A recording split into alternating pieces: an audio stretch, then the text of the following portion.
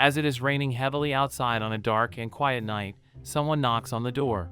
As the door slowly opens, the man inside asks, "Who is it?" The visitor removes his rain-soaked cape and replies that it is Nulse. "Baron Mayfield. You have not forgotten me, have you?" "Me, the dear friend who once saved a good villager from losing his cow in a reckless gamble." As the two men stand at the doorway talking, a woman walks over from behind and joins the conversation. "Hey, did you not say that one day you would repay that favor somehow?" "Yes, that is right. I will give you that chance today." Before stepping inside, the Baron gently brings a small child forward. "Here she is. This child is my only granddaughter, the only family left behind by my son and his wife. She is only 8 years old now, so I want you to take her to El Dorado." "El Dorado?" As the man kneels down and gently cuddles the little girl, her expression remains painfully sad and filled with uncertainty. He softly pats her on the head and says that this time he is determined to do things the right way. "Come on, Hazel. You should listen to your uncle and aunt, behave well, and stay healthy." Without another word, he leaves the child standing in the pouring rain and slowly walks away. Baron." As the man desperately calls out after him, his wife quietly says, "Honey, that is." Before she can finish, he lowers his head and replies, "I am sorry. I am really sorry." The rain continues to pour as the three of them remain standing silently at the doorway, the little girl, the woman, and the man.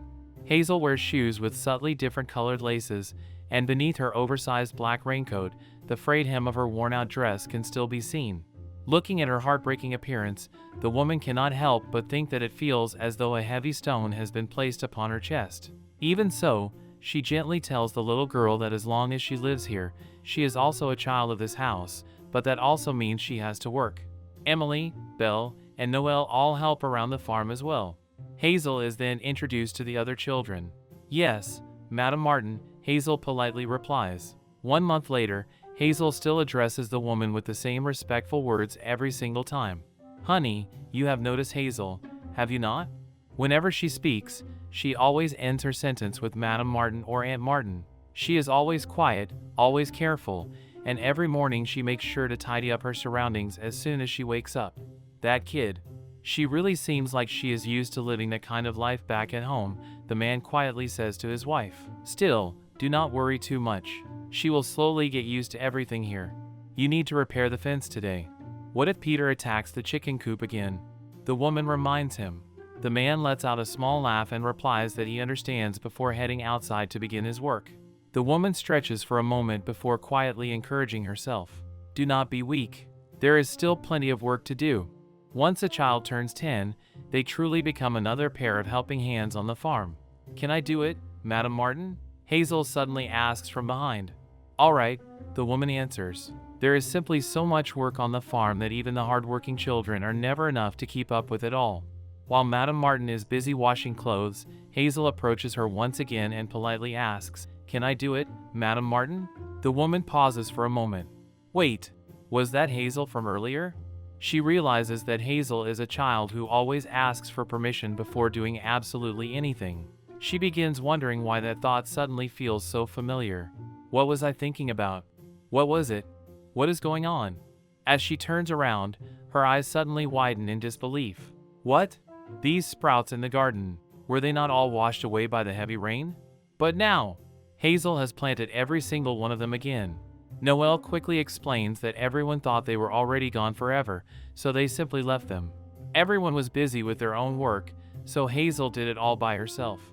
Madame Martin is left completely speechless. Was the rain not supposed to wash everything away? Everyone believed that this land could no longer be cultivated after the storm, so they all gave up. Then, how did she do it? How? As the woman gently touches one of the tiny sprouts, Hazel quietly explains what happened. I just sat down and looked around. Every single one of those little sprouts was different, so I touched each one and carefully felt them. I figured out how much water they needed, how much soil should cover them, and how much sunlight each one should receive. Then I gently patted every one of them to cheer them up. One by one, they all seemed to become lively again. Both the man and the woman stare at Hazel with complete confusion, unable to believe what they have just heard. After a long moment of silence, they slowly look at one another and whisper the same words. Mano del Sol. The dying crops are blooming once more. The animals are giving birth to healthy young, and the grain fields are ripening abundantly, stretching across the land like a magnificent golden sea. The hand of the sun. There is no doubt about it. It has to be that. Overwhelmed with excitement, the two of them gently grab Hazel's hands. We never imagined that we would actually witness the hand of the sun with our own eyes. Emily, Belle, Noel, the man, and Madame Martin all gather around Hazel, surrounding her with smiles filled with amazement. Hazel's hands are incredible. Hazel becomes slightly emotional as she softly asks, "Can I try something else?" Of course you can. What do you want to do?" the man eagerly asks. Hazel excitedly nods up and down. "I see," he says with a smile. "Come here." He gently takes hold of her hand. "Come on, everyone. Let us go together." Everyone happily follows behind Hazel. Carrying a basket, Hazel gently touches the fruit growing on the trees. She lovingly hugs the animals around the farm. She carefully picks up the fresh eggs in her hands, and someone cannot help but remark that not even the Lord gets to eat eggs this fresh. Hazel helps make delicious cakes, and smiles begin spreading across everyone's faces. They had all experienced difficult times before, but whenever someone who had once been unhappy finally became happy again, was that not something truly wonderful? As Madame Martin quietly sits by herself, lost in thought, she realizes something precious. Simply watching people become genuinely happy can fill another person's heart with happiness too. As a carriage slowly came to a stop in front of the farmhouse, the sound of its wheels grinding against the wet ground immediately caught everyone's attention. Noel quickly looked outside through the window and quietly muttered, "That wagon." The atmosphere inside instantly became heavy, and everyone looked toward the door with disappointed expressions, almost as if they had been expecting something they wished would never happen. A cheerful voice suddenly broke the silence as the old man stepped down from the carriage with a wide smile and greeted everyone, asking how they had all been. It was Hazel's grandfather, Barren Mayfield, who had finally returned. Catching his breath, he laughed awkwardly and admitted that he had arrived much later than he had expected. The journey had completely worn him out, and it felt as though his lungs had nearly given up along the way. Looking around with excitement, he immediately asked about Hazel and wondered where she had gone. The man and the woman exchanged nervous glances before quietly answering that she was probably nearby. "Right, that's right," they said, clearly unable to hide their uneasiness. Meanwhile, the Baron continued searching all around the house, calling out Hazel's name while looking from room to room. "Hazel, Grandpa is here. Hazel!" As he finally opened another door, he stood there in confusion before eventually spotting the little girl. The moment he found her, relief washed over his face. He walked over with a bright smile, gently took hold of her hand, and naturally tried to lead her away with him, believing she would happily follow. However, to his complete surprise, Hazel immediately pulled her hand back, took a step away from him, and shouted with all the determination she could gather that she was going to live on a farm. The old man froze in disbelief, staring at her in complete confusion before asking what she had just said. Unable to understand why she would suddenly refuse to leave with him, he looked at the couple in front of him, searching for an explanation. The man then stepped forward and calmly spoke to both Hazel and the Baron. He explained that this little girl possessed a truly extraordinary talent, one that could not simply be ignored. She had been born with a gift unlike anyone else, a talent blessed by nature itself. Even so, despite everything, she was still the only heir of the Mayfield family. Hearing those words only made Hazel's heart grow heavier. She looked around the farm she had grown to love so deeply, and sadness slowly filled her eyes. She quietly thought to herself that she really had to leave this beautiful farm behind. Her small hands tightly clenched the fabric of her clothes as she desperately tried to stop herself from crying. Gathering every bit of courage she had, she looked toward the people who had become her family over the past years. Uncle Carl, Aunt Martha, Emily, Bill, Noel. Goodbye, everyone.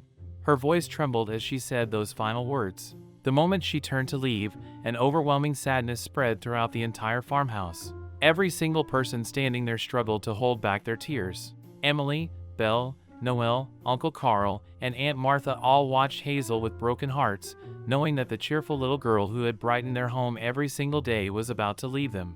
Hazel herself could barely keep her emotions under control.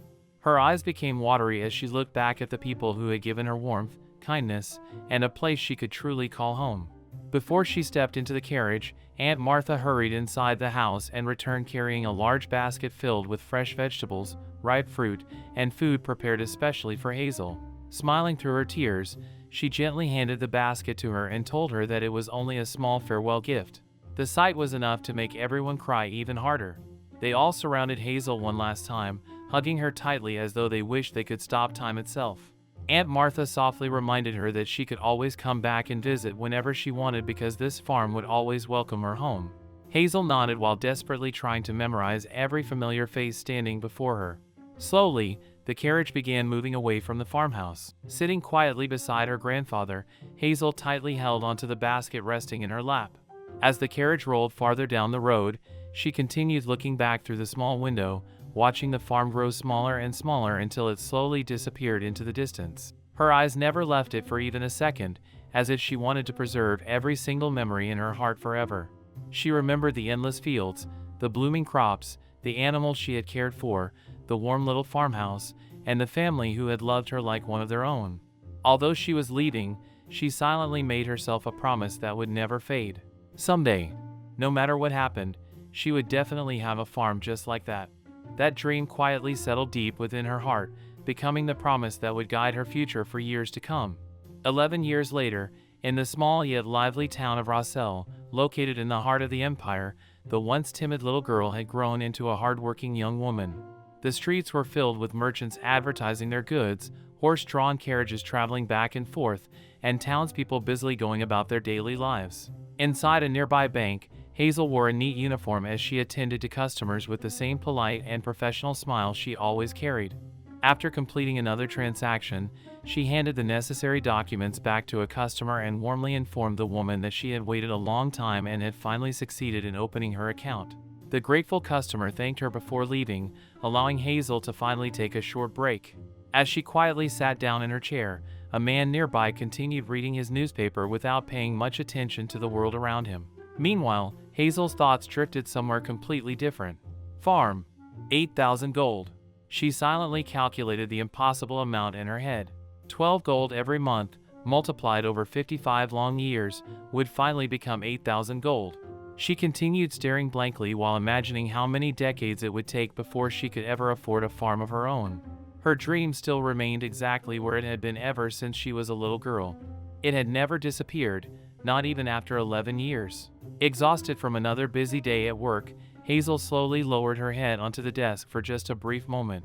Suddenly, someone hurriedly whispered that the manager was passing by. Hazel immediately lifted her head, trying to look as though she had been working the entire time. Watching the strict manager walk through the office, she quietly thought to herself that somehow, every single day felt exactly the same. Time continued moving forward without bringing her any closer to the dream she had carried since childhood. After another long day of work, one of her coworkers walked over and casually asked whether she was planning to visit the bakery under the bridge again that day. Hazel smiled awkwardly before admitting that she probably would. After all, the bakery under the bridge sold bread for only 2 silver coins. The layer of butter spread across the bread was disappointingly thin, but considering her budget, it simply could not be helped. Every single coin she managed to save brought her one tiny step closer to buying her dream farm someday. As Hazel made her way down the street after leaving work, someone suddenly called out to her. "Hazel!" She immediately turned around before her eyes widened with surprise. "Grandpa?" It had been quite a long time since she had last seen him. Crossing her arms, she sighed before asking where in the world he had disappeared to this time.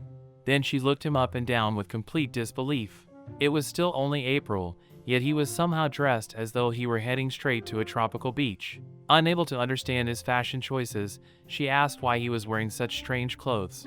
Completely ignoring her confusion, the old Barren proudly declared that he was leaving for Mamanuca immediately. This time he had finally caught something worthwhile. He excitedly insisted that this time it was absolutely real.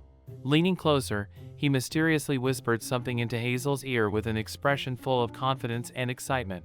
Hazel listened with an utterly uninterested face before quietly thinking to herself that he always said the exact same thing every single time. Yes, yes, she had heard those promises countless times before. Smiling helplessly, she suggested that they talk about everything later after they had gone home together. Fortunately, she did not have to work overtime that day, which meant she could actually spend some time with him. Cheerfully, she suggested giving him 5 silver coins so they could stop for a nice cup of coffee together before doing a little shopping. Once they returned home, she promised that she would prepare one of his favorite meals. She would bake her delicious country-style meatloaf and even make a fresh blueberry pie for dessert. Hearing those words, the old Baron suddenly became emotional. He gently wrapped his arms around Hazel and proudly declared that no one in the entire world could possibly refuse her moist country meatloaf or a pie covered with sweet blueberries. Just imagining it already made him happy. However, after smiling for a brief moment, his expression suddenly became much more serious. As much as he wanted to enjoy her cooking, he quietly admitted that now was not the time. There was something far more important that they needed to discuss first, something that would completely change the direction of Hazel's life forever. Still holding onto Hazel's shoulders, the old Baron slowly reached into his belongings and carefully pulled out a folded bundle of papers before placing them into her hands. Hazel looked down at the documents with visible curiosity before asking what they were. With a proud smile, he replied that they were land documents. Seeing the confused look on her face, he gently reminded her of the dream she had been chasing ever since she was a little girl.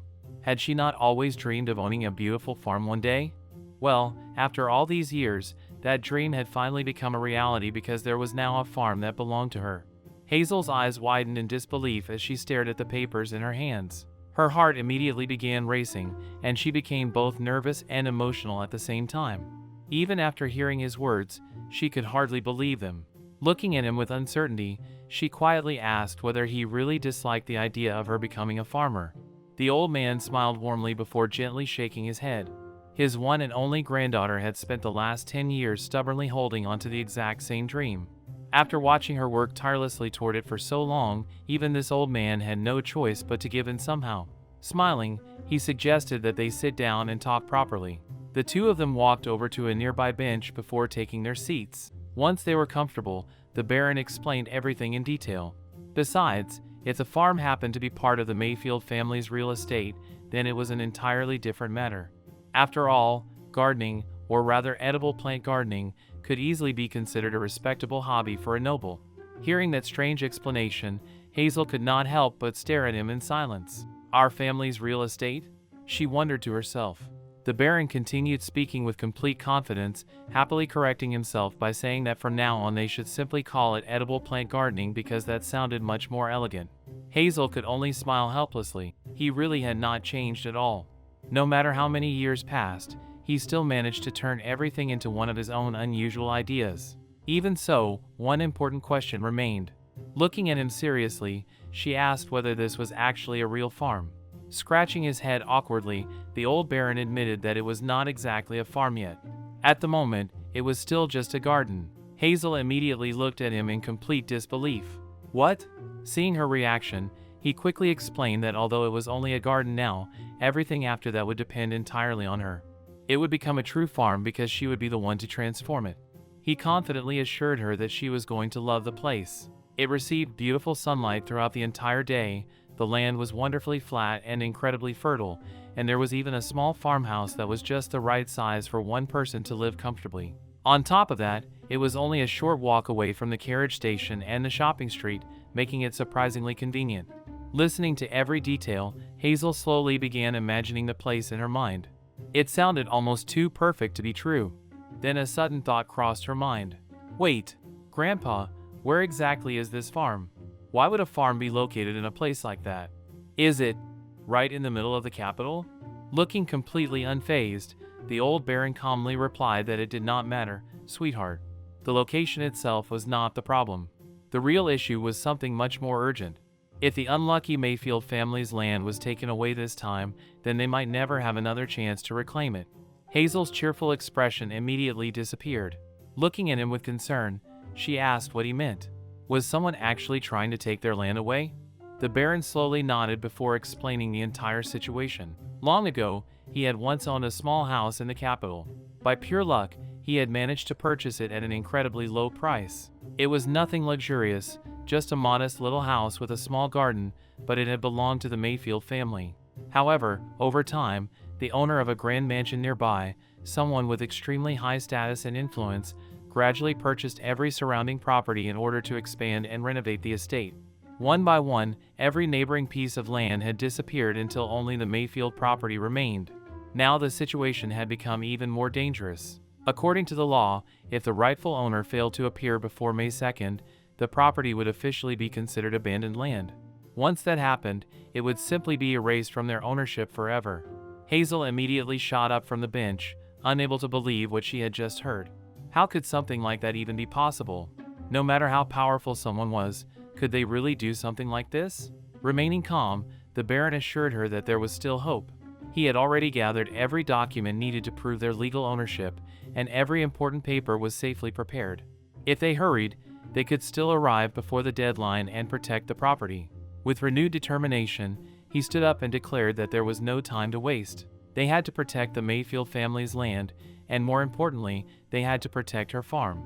Hearing those words, Hazel looked back down at the documents in her hands. "My farm," she quietly whispered to herself. Carefully reading through every page, she realized that everything was genuine. The land was truly registered under her name. The Baron smiled proudly before asking whether everything looked perfect. Unable to hold back her emotions any longer, Hazel suddenly threw her arms around him and hugged him tightly. Tears filled her eyes as she happily exclaimed that it really was land registered in her own name. She could hardly believe that the dream she had held onto since childhood was finally becoming reality. It felt so unbelievable that she wondered if she was simply dreaming. Chuckling warmly, the Baron asked whether she was still not convinced after reading all the documents herself. Wiping away her tears, Hazel laughed and confidently replied that she was absolutely certain. After spending the last 2 years working in loan review at a bank, she knew exactly how to verify legal documents like these. She proudly assured him that as long as her name remained written on those papers, no one would ever be able to take that land away from her. The old Baron looked at Hazel with nothing but pride in his eyes before warmly telling her that he already knew she would understand. There was complete confidence in his expression as he watched his granddaughter hold the land documents so carefully, almost as though they were the most precious treasure she had ever received. With everything that needed to be said finally out of the way, the Baron quietly left, leaving Hazel standing there with her thoughts racing. She looked down at the papers one more time, and a bright smile slowly spread across her face. The dream she had carried in her heart ever since she was a little girl was finally within reach. Without wasting another second, she hurried back to the bank where she worked. The moment she stepped inside, she was greeted by the loud, angry voice of her manager. He immediately pointed at the clock before shouting that she was 3 minutes late. Before Hazel could even respond, he looked her up and down with an irritated expression and criticized her appearance. He sarcastically asked whether she thought the bank was some kind of pawn shop. If that was how she intended to dress and behave, then she should stop it immediately. The entire office instantly fell silent as everyone secretly watched the confrontation unfold. Instead of apologizing like she normally would have, Hazel calmly looked straight at the manager and answered with complete confidence that she was quitting. The room froze. An awkward silence spread throughout the office as every employee stared at her in complete disbelief. Even the manager stood there speechless for a moment, unable to process what he had just heard. "What?" he finally blurted out in shock. Without showing the slightest hesitation, Hazel calmly took out a resignation letter, signed it without a second thought, and confidently placed it in front of him. Then, with one smooth motion, she slid the letter across the desk toward the stunned manager. He could only stare at the paper before suddenly shouting her name in disbelief. "Hazel!" By then, however, she had already made up her mind. She turned around without looking back even once and walked confidently toward the exit. The heavy doors of the bank closed behind her, and for the first time in years, she felt an incredible sense of freedom. The burden of working every single day just to slowly save enough money for a dream that once seemed impossible had finally disappeared. Clutching the precious land documents close to her chest, Hazel could no longer contain her excitement. The moment she stepped onto the busy streets of Rossell, she broke into a joyful run with the brightest smile on her face. People around her looked over in confusion as she happily ran through the crowded streets, unable to hide her emotions any longer. She excitedly repeated the words that she had dreamed of saying ever since she was a little girl. She finally had her own farm. It was no longer just a distant dream or an impossible wish. It had become reality. Every memory from her childhood came rushing back to her all at once. She remembered the warm farmhouse where she had spent those unforgettable years, Uncle Carl and Aunt Martha who had treated her like family, Emily, Belle, Noelle, the flourishing crops, the healthy animals, and the promise she had silently made to herself while looking out of the carriage window 11 years ago. Everything had led to this very moment. The little girl who had once tearfully promised herself that she would someday own a farm had finally taken the first step toward making that promise come true. Completely overwhelmed with happiness, Hazel continued running forward without the slightest idea of what awaited her next. At that very same moment, in another part of the empire, a grand state council meeting was just beginning. Neither Hazel nor anyone else could have imagined that the events unfolding there would soon become deeply connected to her own future. Looking back on that moment later, Hazel would realize that she had absolutely no idea that the very person waiting for her at the end of this new journey would completely change the course of her life forever. What is all the commotion about? Hazel wondered as she looked around at the overwhelming crowd filling every corner of the streets. She had expected the capital to be busy, but she had never imagined that it would be this crowded. Looking out from inside the carriage, she could barely see the road ahead because of the endless stream of people moving through the city. The coachman let out a laugh before explaining that it was only natural. It was the Victory Festival. Although the festival itself had officially ended a week earlier, countless visitors were only now returning to their homes, which was why the roads were still packed with people. He then asked Hazel whether she intended to walk from there, reminding her that although the destination did not appear to be very far, it would actually take much longer than she expected because of the heavy crowd. Sitting inside the carriage, Hazel smiled politely and assured him that it was all right. She would simply continue on foot. It was the second day of May, and for her, arriving on time was far more important than avoiding a long walk. As she stepped out into the lively streets of Avalon, the magnificent capital of the empire, she quietly reminded herself that she had carefully arranged her entire schedule to make sure she would not arrive late. Everything depended on reaching her destination before the deadline. As she continued walking through the bustling streets with her suitcase in hand, her attention was suddenly drawn toward a nearby celebration. The sound of a bottle popping open echoed through the air as people cheered with excitement. Someone happily declared that the finest drinks were reserved for the emperor himself before welcoming an elegantly dressed lady into the gathering. Everywhere Hazel looked, people were celebrating, talking, and laughing together, making the capital feel more alive than she had ever imagined. As she continued making her way through the crowd, she overheard another conversation between two women walking nearby. One of them asked whether the other had come from Russell before commenting on how much the capital had changed over the past year. She had even heard that after the new emperor ascended the throne, wandering laborers had voluntarily begun cleaning the streets. The other woman nodded enthusiastically before adding that they did not merely collect trash anymore. They even separated and classified it properly. She went on to explain that Zigwald had arrived in preparation for possible emergencies during the festival, but in the end, there had been absolutely nothing for him to do because everything had been so well organized. Hearing the unfamiliar name, Hazel quietly wondered who Zigwald was. The woman quickly explained that he was the captain of the Fortress Knights. She then mentioned the Saxony-Schwegel family, prompting Hazel to innocently ask whether they were the famous elf family she had once read about. The woman immediately corrected her with an amused smile, explaining that they were actually the bearers. The family that possessed extraordinary power was the Versailles family. Hearing the conversation, Hazel quietly thought to herself that she vaguely remembered reading something about all of this in the newspapers. Unfortunately, during her lunch breaks she had been far more interested in reading books than keeping up with current events, so most of the details had escaped her memory. Continuing her journey through the busy streets while carrying her suitcase, Hazel found her thoughts drifting toward another subject entirely. Grand Cavalier. There were only 3 true masters of swordsmanship in the entire world. Naturally, the Emperor himself was one of those legendary Grand Cavaliers. He had ascended to the throne when he was only 22 years old, an achievement that people throughout the empire still admired with amazement. Countless stories had spread about him over the years. It was said that when he had still been the crown prince, he had been accompanied by 4 loyal companions who had stood beside him throughout countless battles. Together, they had conquered neighboring kingdoms and secured the empire's borders, forever changing its history. As Hazel continued walking, she overheard another group of people passionately discussing those very same stories. One of them suddenly laughed before saying that it almost felt as though someone was talking about them. Another person jokingly added that the emperor's beauty alone was enough to drive everyone around him completely mad. According to the rumors, his appearance was so extraordinary that people often forgot he was also one of the strongest men alive. Hazel quietly listened before thinking to herself that although all of that sounded impressive, being handsome certainly would not reduce taxes. In her opinion, potatoes were still much more useful than handsome men. Smiling to herself, her thoughts naturally drifted back toward farming. Come to think of it, she wondered what variety of potatoes would grow best in the capital's climate. Perhaps the soil here would produce an entirely different harvest compared to Russell. Completely absorbed in thoughts about crops and farming, she eventually reached the address written on her documents. She slowly raised her eyes and froze in place. Standing before her was an enormous estate unlike anything she had ever seen. This, she quietly murmured to herself. Grandpa told me the property belonged to someone with a powerful title.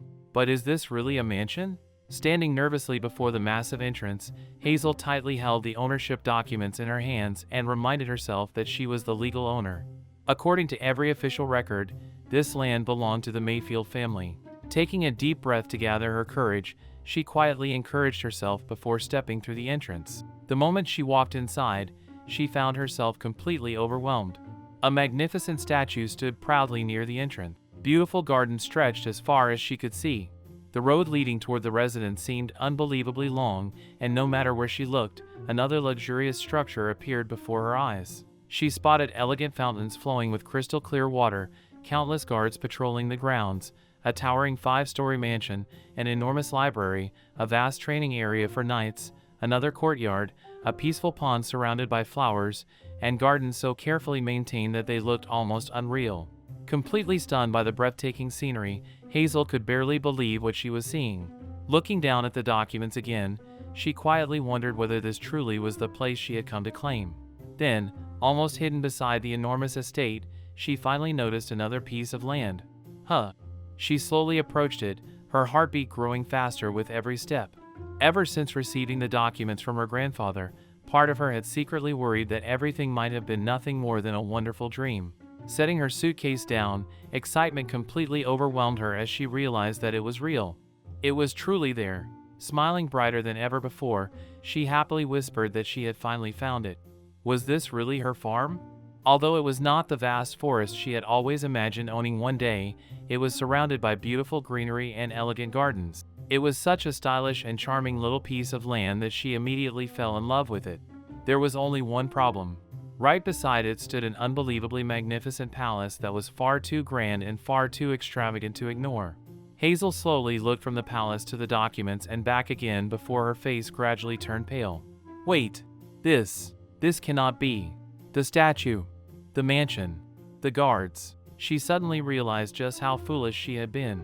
This was not simply a noble's mansion. The owner with the great title that her grandfather had mentioned could only be one person: the emperor. At that exact moment, far beyond the walls of the palace, the emperor himself sat upon his throne as matters of the empire were discussed around him. One of the people nearby quietly remarked that it almost felt as though someone was talking about His Majesty. Completely unaware of everything happening inside the palace, Hazel stood frozen outside in absolute disbelief. Grandpa, she quietly muttered to herself.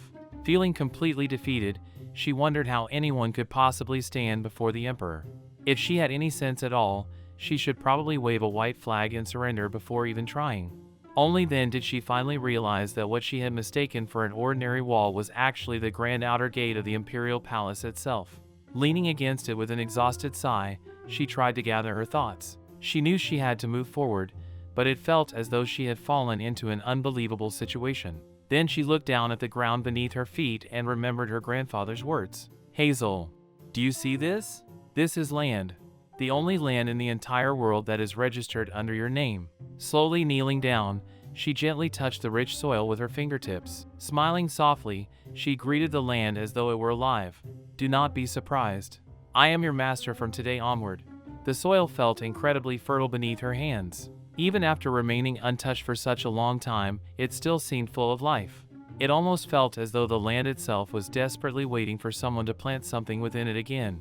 Hazel smiled with renewed determination before reassuring the land that everything would be all right. As long as her name remained on those legal documents, no one would ever be able to take this place away from her. She had sworn to protect it. Maranya Farm. Even if the emperor himself were one day removed from the throne, he still could not force the rightful legal owner to abandon her land. Picking up her suitcase once again, Hazel stood tall with unwavering determination shining in her eyes. Let them try to make me leave. We will see who ends up giving up first. From this moment onward, the battle truly began. Firmly planting both feet upon the ground, she silently declared that her feet had already taken root in this land, and she had absolutely no intention of leaving. After taking a deep breath, Hazel carefully prepared herself for her very first day on her own land. She adjusted her hat so it sat comfortably on her head, straightened the ribbon tied into a neat bow, picked up her basket, and looked proudly across the small plot of land before smiling to herself. "All right. I am ready. Let's begin." Filled with excitement, she stepped into the garden, her heart racing with anticipation. Looking up at the sky, she estimated that there were still several hours left before sunset, giving her enough time to accomplish a good amount of work. Thinking carefully about where to start, she decided that removing the weeds would be the most important first step. Without wasting another moment, she knelt down and began pulling them out one by one. As she worked, familiar plants immediately caught her attention. "Those are potato stems," she thought with delight. If everything continued growing well, she would be able to harvest fresh potatoes in the spring before long. Her eyes wandered farther across the garden, and she happily recognized even more herbs and vegetables growing naturally throughout the land. Rosemary, peppermint, celery, chicory, lavender, sage. There are already so many useful plants here. A warm smile spread across her face as countless ideas filled her mind. This would become the perfect place to grow all of her treasured crops. After another fortnight, she could begin harvesting peppermint simply by picking its leaves. Then she would plant anise, basil, lemongrass, hyacinth beans, and every other crop she had always dreamed of growing. As she imagined the future, she quietly wondered whether all of those plants would become valuable resources for expanding the farm even further. The more she looked around, the more possibilities she discovered. However, before any of those dreams could become reality, there was still plenty of work to do. Looking back at the overgrown weeds covering the ground, she encouraged herself once again. Now then, time to pull every last weed. With practiced movements, Hazel continued clearing the land, carefully removing each unwanted plant together with its roots. Memories from her childhood naturally resurfaced as she worked. Back then, when she lived on Uncle Carl and Aunt Martha's farm, even the tiniest roots had always been pulled out completely. Leaving even a small piece behind only meant more weeds would grow later. She smiled to herself as those memories motivated her to work even harder. "I wonder if I can choose even better seeds this time," she thought while continuing her work with remarkable care. Determined not to waste the remaining daylight, she cheerfully reminded herself that she needed to finish everything before the sun disappeared beyond the horizon. Just as Hazel reached down to pull another clump of weeds from the ground, 3 men happened to be walking nearby while talking amongst themselves. One of them happily remarked that the troublesome matter had finally been resolved. Another nodded in agreement before saying that every single time he had walked past this garden, it had always felt like a thorn in his eye, but now it looked much better. Their conversation soon shifted toward the emperor. One of the men commented that people truly were all different from one another. If everyone possessed His Majesty's character, things would be much simpler. Another immediately agreed, saying that carrying out the emperor's orders before the deadline was an incredibly important responsibility. Besides, today was the final day. Suddenly, one of the men frowned before noticing something unusual. "Wait, what is that? Who came in here? Did someone sneak inside just to smoke another cigarette?" That sort of thing always causes problems.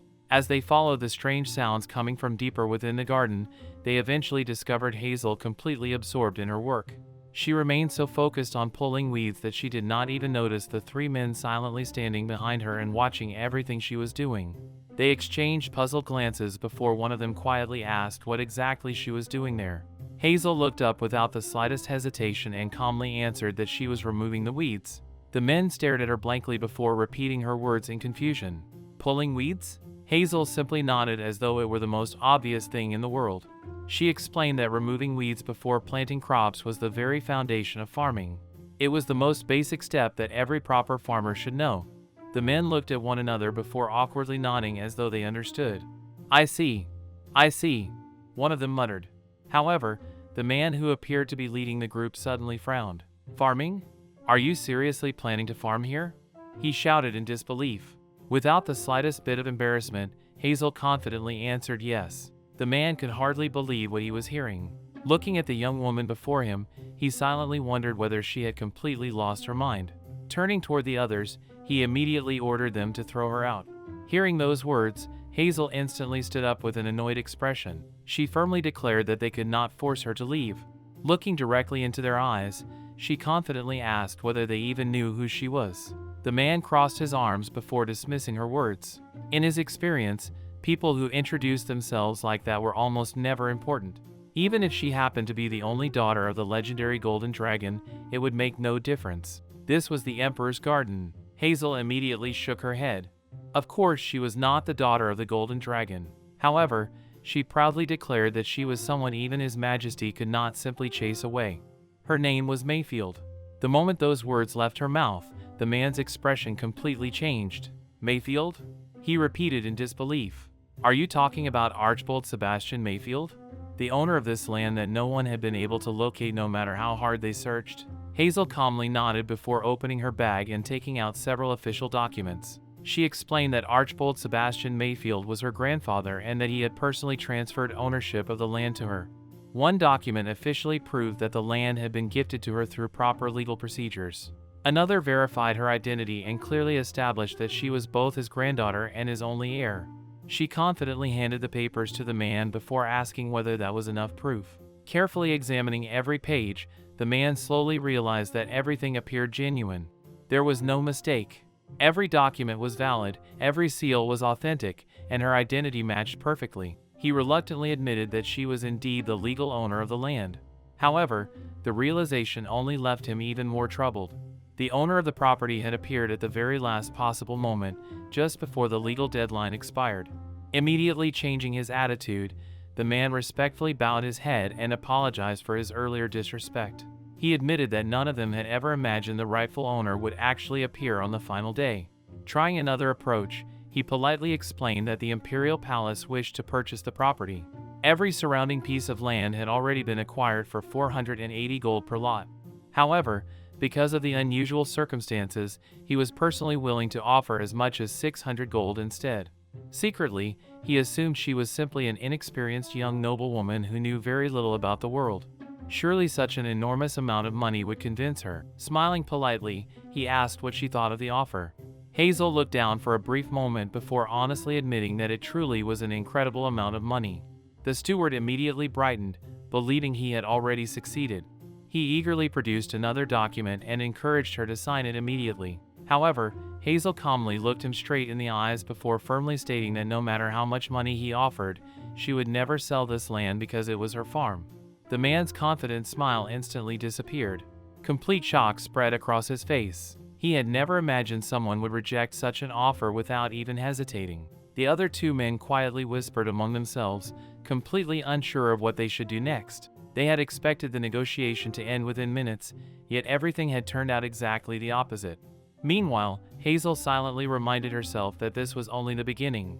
The steward, realizing he could not solve the problem himself, quietly decided that he would have to return to the palace and come up with another solution. Meanwhile, inside the grand audience hall of the Imperial Palace of the Britannia Empire, an important council meeting was still underway. The Emperor calmly listened as one official reported that the poverty relief efforts in Balkash had been successfully completed.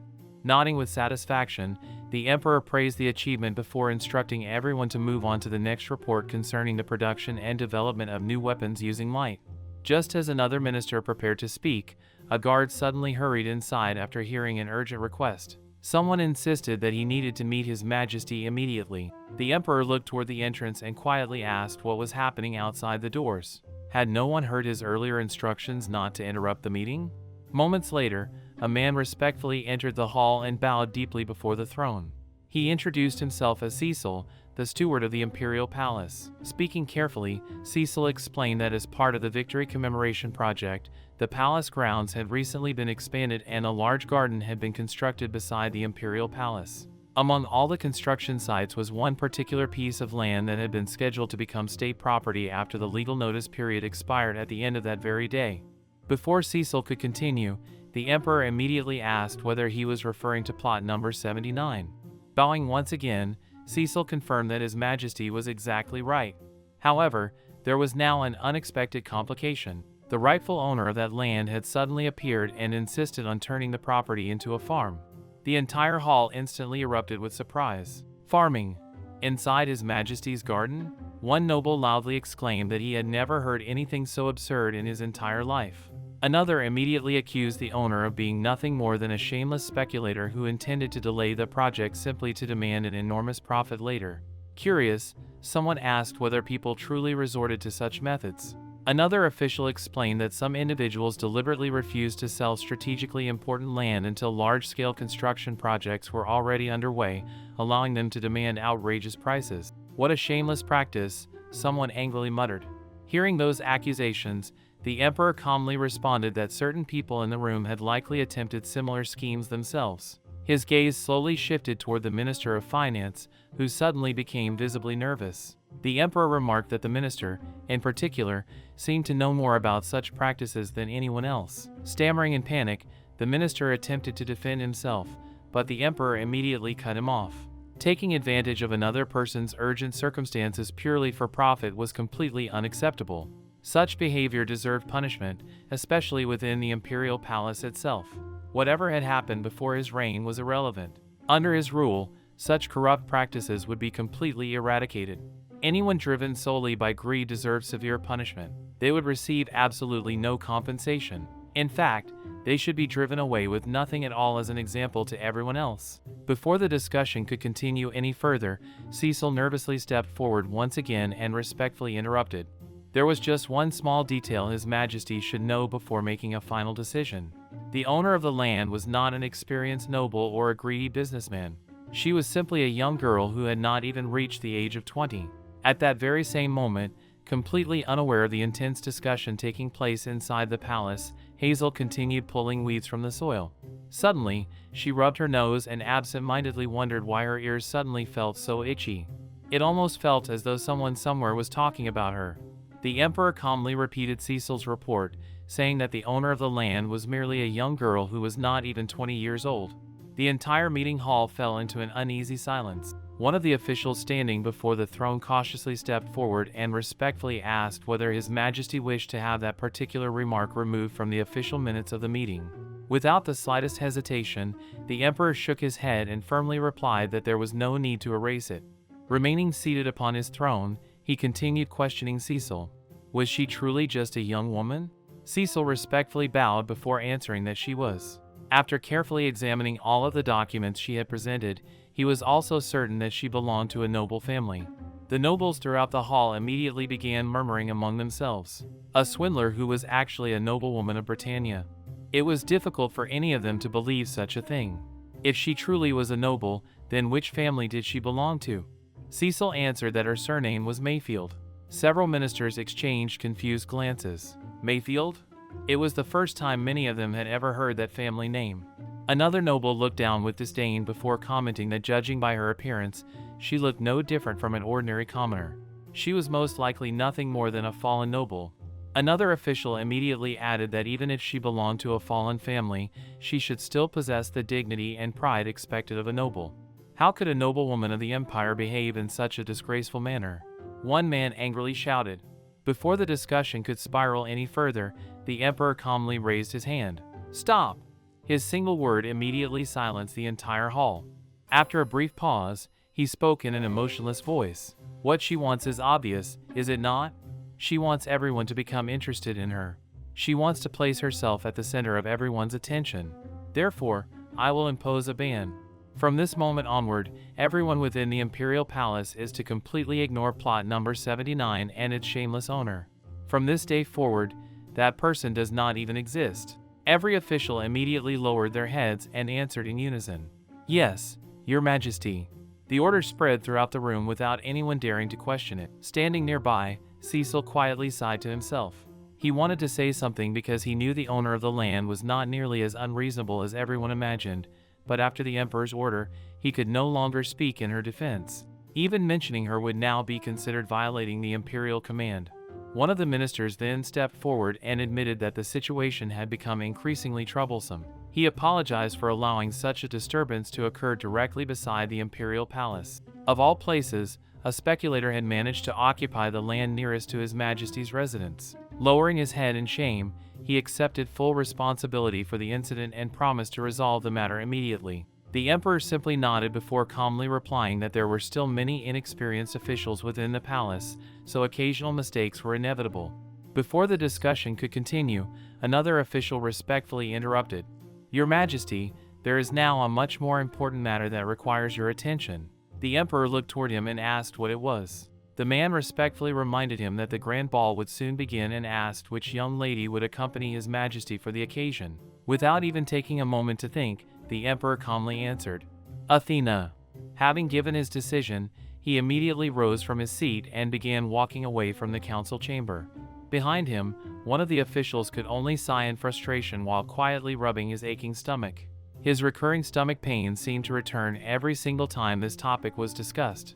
Unable to stop himself, he hurriedly turned toward the emperor and desperately pleaded that perhaps this time his majesty could choose someone other than the Grand Duchess. Without even slowing his pace, the emperor firmly replied that such a thing was impossible. He then calmly explained that he had no personal interest in any woman at all. There was only one woman who deserved his attention, and that was the woman who would someday become the future Empress of Britannia. Until that day arrived, there was no reason to concern himself with anyone else. He reminded the official to stop allowing himself to become distracted and instead focus on fulfilling his own duties. The official quietly watched the emperor leave while thinking to himself that ever since his majesty had been wrapped in silk as a newborn child, he had devoted his entire life and soul to serving him with absolute loyalty. Even so, at this very moment, he could not help feeling the overwhelming urge to pinch the emperor's cheeks out of sheer frustration. Letting out another exhausted sigh, he thought about how urgent the situation had become. More than anything, he wished he could simply sit down and drink a glass of water. Meanwhile, another official quietly remarked that the young girl claiming ownership of the land had certainly tried her best, but her efforts would ultimately fail. Unfortunately for her, the people serving the emperor were not the kind of individuals who simply stood by and watched problems unfold. They would act without hesitation. The atmosphere surrounding the palace had become so tense that some even joked a bloody massacre was about to begin. Ever since that day, the emperor's already intimidating reputation had only become even more terrifying. Back at Manhwa Farm, however, Hazel remained completely unaware of everything happening inside the palace. After spending hours cleaning the small farmhouse, she finally finished organizing the room and let out a long breath of relief. Wiping the sweat from her forehead, she happily announced that it was finally time to eat.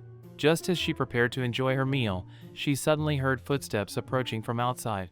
Looking toward the entrance, she politely welcomed the unexpected visitor inside. Standing before her was another official from the imperial palace. Judging by his appearance, he seemed to hold a much higher position than the manager who had visited earlier. Hazel looked at him curiously before asking whether he was the superior of the previous manager. Without paying attention to her question, the man immediately looked around the farmhouse with obvious disgust before bluntly declaring that the farm was completely useless. Hazel blinked in confusion before asking what exactly he meant.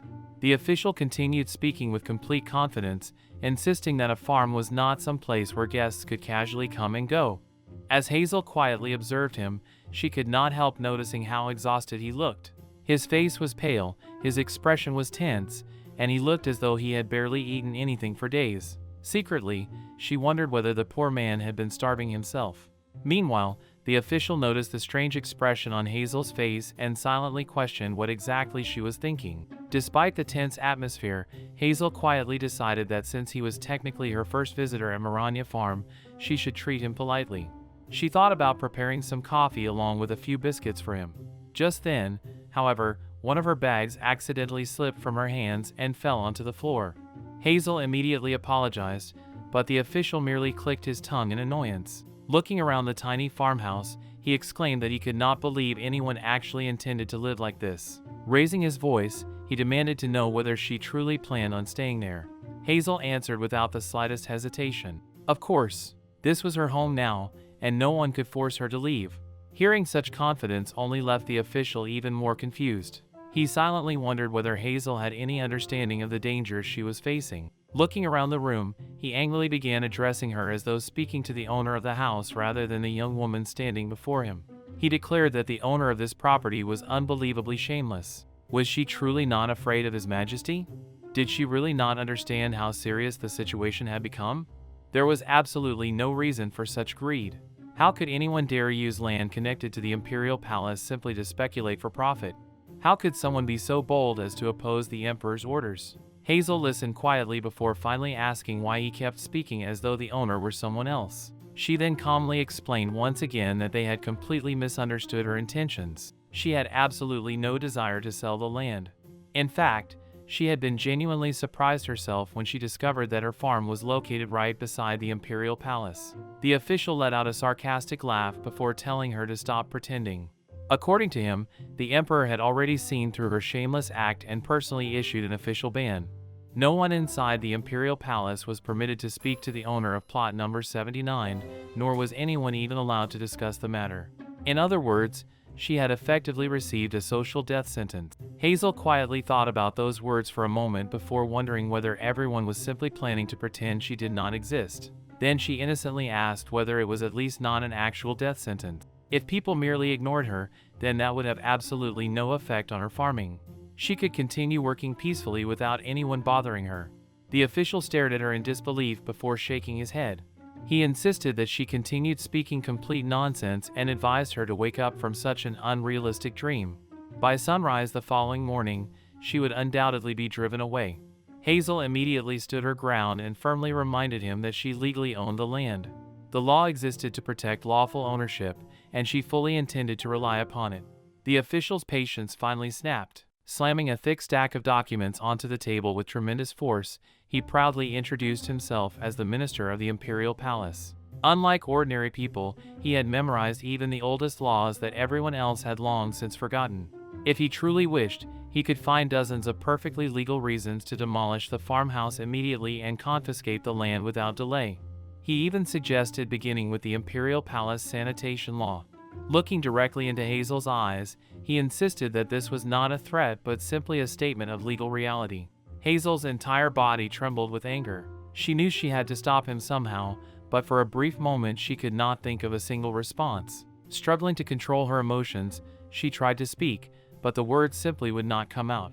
Instead, she let out a frustrated cough before suddenly grabbing the documents in front of her and, unable to contain her emotions any longer, swept the dirty cloth apart right before his eyes. The palace minister immediately raised his voice and angrily shouted for the owner of the house to stop at once. As another cloud of dust rose into the air, he hurriedly stepped back while complaining that he suffered from a severe dust allergy. Still believing he was speaking to the owner rather than Hazel herself, he continued directing all of his complaints toward the hat hanging beside the doorway. Watching him with a puzzled expression, Hazel quietly thought to herself that she had suspected something like this. Neat old gentlemen always seemed to act exactly like this. Then another thought crossed her mind. Or perhaps having a dust allergy was what turned someone into such a neat old gentleman in the first place. Before she could say anything else, the minister loudly interrupted and demanded that she stop immediately. Deep inside, he thought to himself that he had come intending to scold the shameless landowner and drive her away, yet the only thing that had suffered so far was his precious clothing, which had become completely covered in dust. Furiously brushing his coat clean, he glared at Hazel before shouting that she should prepare herself to be thrown out by the following day. Without waiting for another response, he turned around and stormed away from the farmhouse. Left standing alone in the quiet room, Hazel stared at the untouched coffee and freshly prepared biscuits sitting on the table. A troubled expression slowly appeared on her face as she wondered what she should do now. She remembered how Aunt Martha had always welcomed even the strictest tax collectors with kindness. No matter how frightening or stern they looked, Aunt Martha would warmly serve them food and drinks, patiently clear away every misunderstanding, and somehow manage to make even the toughest people smile before they left. Thinking about those memories made Hazel's eyes slowly fill with tears. She quietly wondered whether the palace minister was still just another ordinary human being beneath all of his authority. Ever since he had entered the farmhouse, he had never actually looked determined to destroy her. Perhaps, just perhaps, there was still hope. Meanwhile, the minister continued walking away from Maranya Farm while putting his coat back on. As he made his way through the palace grounds, he grumbled to himself that once he finally returned home, he would have to spend the rest of the evening cleaning all the dust from his clothes. Just then, two officials happened to cross his path. The moment they noticed the state of his appearance, they immediately burst into laughter. Embarrassed and irritated, the minister shouted at them to stop laughing before loudly reminding them that he was the minister of the imperial palace. Before the awkward encounter could end, another familiar voice suddenly called out from behind him. It was Hazel. The minister immediately frowned. Why had that shameless landowner followed him all the way here? Catching up to him, Hazel enthusiastically called out that because he had been banned from drinking the coffee she had prepared, he had not been able to enjoy it no matter how much he might have wanted to. That must have been the reason, she confidently concluded. The minister's face twitched slightly. Was she seriously trying to use his weakness against him? Turning toward the two officials, he awkwardly told them not to make a scene before trying to continue on his way. Watching his reaction, Hazel quietly smiled to herself. Judging by the way he responded, she became convinced that she had guessed correctly. Brightly clapping her hands together, she happily told him that everything was settled then. He absolutely had to come back tomorrow. After all, he had not even been able to enjoy the refreshments she had prepared for him that day, and as the owner of the farmhouse, she genuinely felt guilty about it. Next time, she insisted, he would never be able to refuse. The minister slowly turned around, staring at her with complete confusion as Hazel cheerfully waved before running back toward her farmhouse. Unable to understand what had just happened, he quietly wondered what was wrong with that strange girl. Had she somehow mistaken his visit for a friendly social call? Back inside her little home, Hazel immediately began preparing for the following day. Looking at the remaining biscuits, she reminded herself that they were a luxury she could hardly afford. To her, even simple biscuits were precious treats that could not be wasted carelessly. However, she quickly realized that biscuits alone were not enough. If she truly wanted to clear away the misunderstanding, she needed something much more special.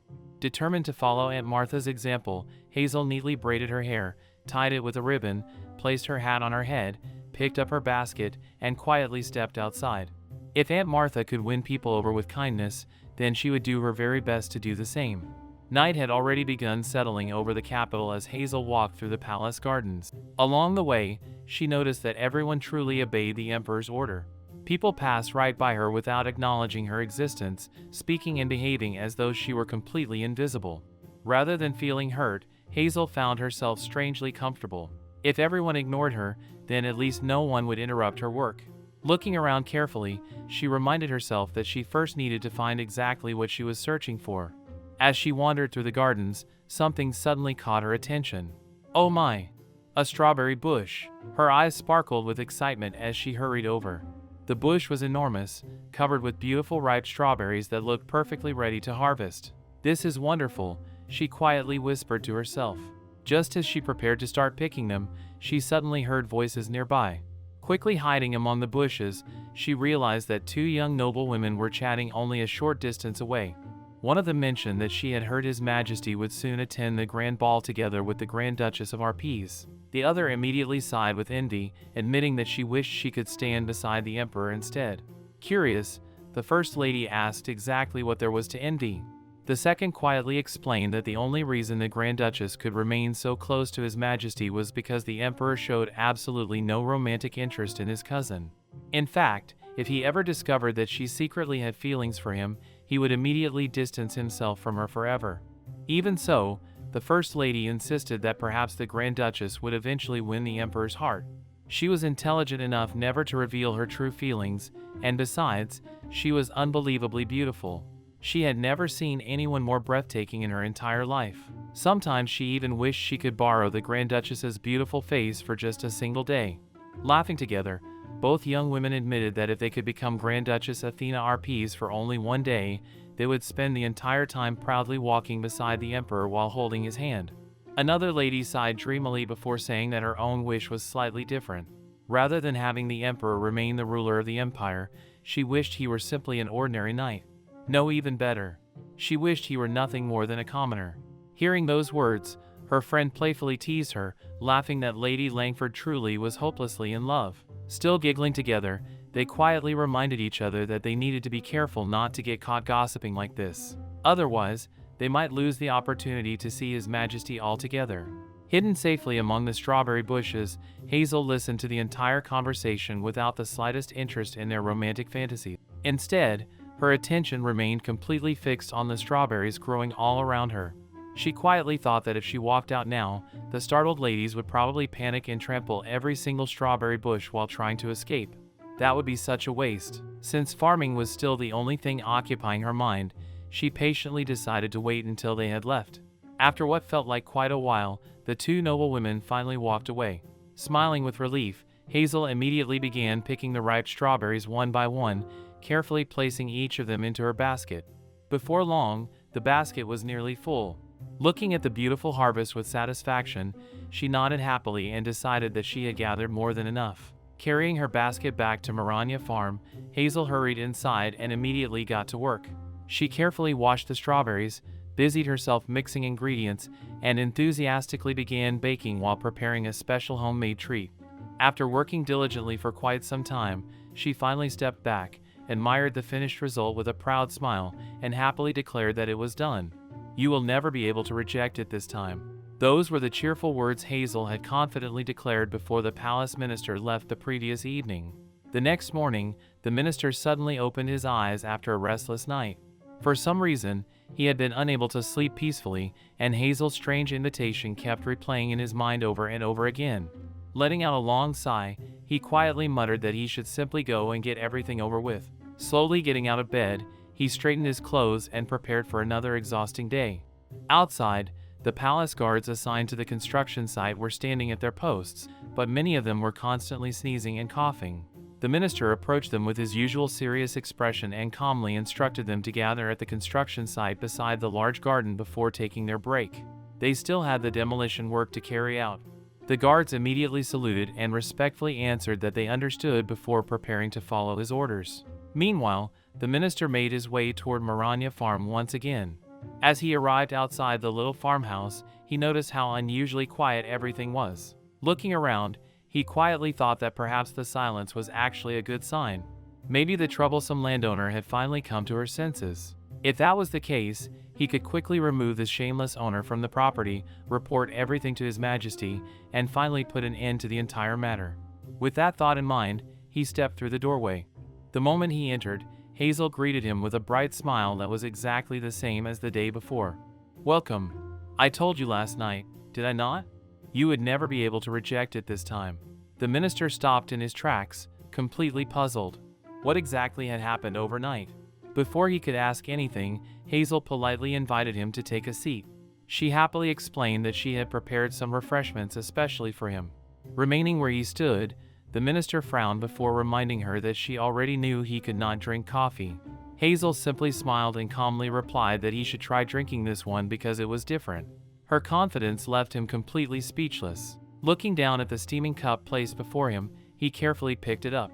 After examining it for a moment, he quietly thought that it certainly did not look dangerous. Slowly, he took a cautious sip.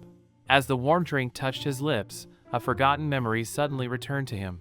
When was the last time I actually drank coffee? He wondered. The moment the rich flavor spread across his mouth, his eyes widened in complete surprise. "What is this?" he asked in disbelief. Hazel smiled before explaining that it was commoner's coffee. The minister looked at her in confusion. "Commoner's coffee?" Hazel nodded and explained that it was made from chicory. Chicory was a plant that naturally grew almost everywhere in large colonies. By carefully roasting its roots and grinding them into a fine powder, it could be brewed as a substitute for coffee. The minister stared at the cup in amazement. "You actually made coffee from chicory roots?" he exclaimed. "I cannot believe it. It is so smooth and full of flavor. It tastes remarkably similar to real coffee. How did you manage to make something like this?" Hazel happily explained that although chicory coffee naturally tasted different from regular coffee, if the roots were roasted with enough care and experience, the flavor became much richer and much closer to the real thing. The minister quietly nodded as another sip warmed his body. "I see," he softly murmured. Yet while enjoying the drink, another thought suddenly struck him. Yesterday, His Majesty had personally ordered everyone inside the imperial palace to completely ignore this shameless landowner. Then what exactly was he doing sitting here peacefully drinking coffee? For a brief moment, he stared silently at the cup in his hands before questioning himself in complete disbelief. Hazel gently interrupted his thoughts with a warm smile. "Dear Minister, please do not worry about anything. Just relax and enjoy yourself." Looking at the young woman before him, the minister found himself speechless once again. She showed absolutely no fear, no resentment, and no hostility despite everything that had happened. Instead, she simply wanted her guest to enjoy a peaceful cup of coffee. Slowly taking another sip, he closed his eyes for a moment before quietly admitting that he genuinely felt alive again. Then, almost embarrassed, he confessed something he had never intended to share. The truth was that he had been hopelessly addicted to coffee. No matter how chaotic the imperial palace became or how exhausting his responsibilities were, a single cup of coffee had always lifted his spirits. Eventually, one cup was no longer enough. Before he realized it, he had developed the habit of drinking 7 or even 8 cups every single day. Hazel looked at him with surprise before honestly remarking that it was no wonder he had become sick. The minister gave a helpless smile before agreeing. At some point, he began suffering from constant dizziness and nausea. His heart would pound uncontrollably, and every night he struggled to fall asleep. Finally, the famous physician Dr. von Ritz warned him that if he continued drinking coffee, he might suddenly collapse one day and never wake up again. That was when his misfortune truly began. Giving up coffee had been one of the most painful experiences of his life. He sadly admitted that he had become so accustomed to always having coffee in his hands that living without it felt almost impossible. Then he quietly asked Hazel whether she knew what had hurt him even more than giving up coffee itself. Before he could answer his own question, several of his subordinates suddenly entered the farmhouse. The minister sighed in frustration before explaining that every single time his subordinates saw him, they would immediately make a huge fuss and throw away every cup of coffee they found nearby to make sure he would not secretly drink it. Hazel could not help smiling as she listened. While gently pouring him another cup of chicory coffee, she kindly invited him to have another drink. The minister gratefully accepted the refill and thanked her. Then he admitted something rather embarrassing. Whenever he became especially exhausted, he occasionally gave in to temptation and secretly took a few sips of real coffee. Unfortunately, it never ended well. Every single time, his heart would race violently, his stomach would twist in pain, and his condition would immediately worsen. But this drink was completely different. No matter how much chicory coffee he drank, instead of making him feel sick, it actually made him feel healthier and more comfortable. Hazel happily explained that chicory was not just an ordinary plant. Its roots naturally helped digestion and strengthened the stomach. As she had mentioned earlier, chicory coffee had originally been discovered by ordinary people who could not afford expensive coffee but still wanted to enjoy a warm drink that tasted similar.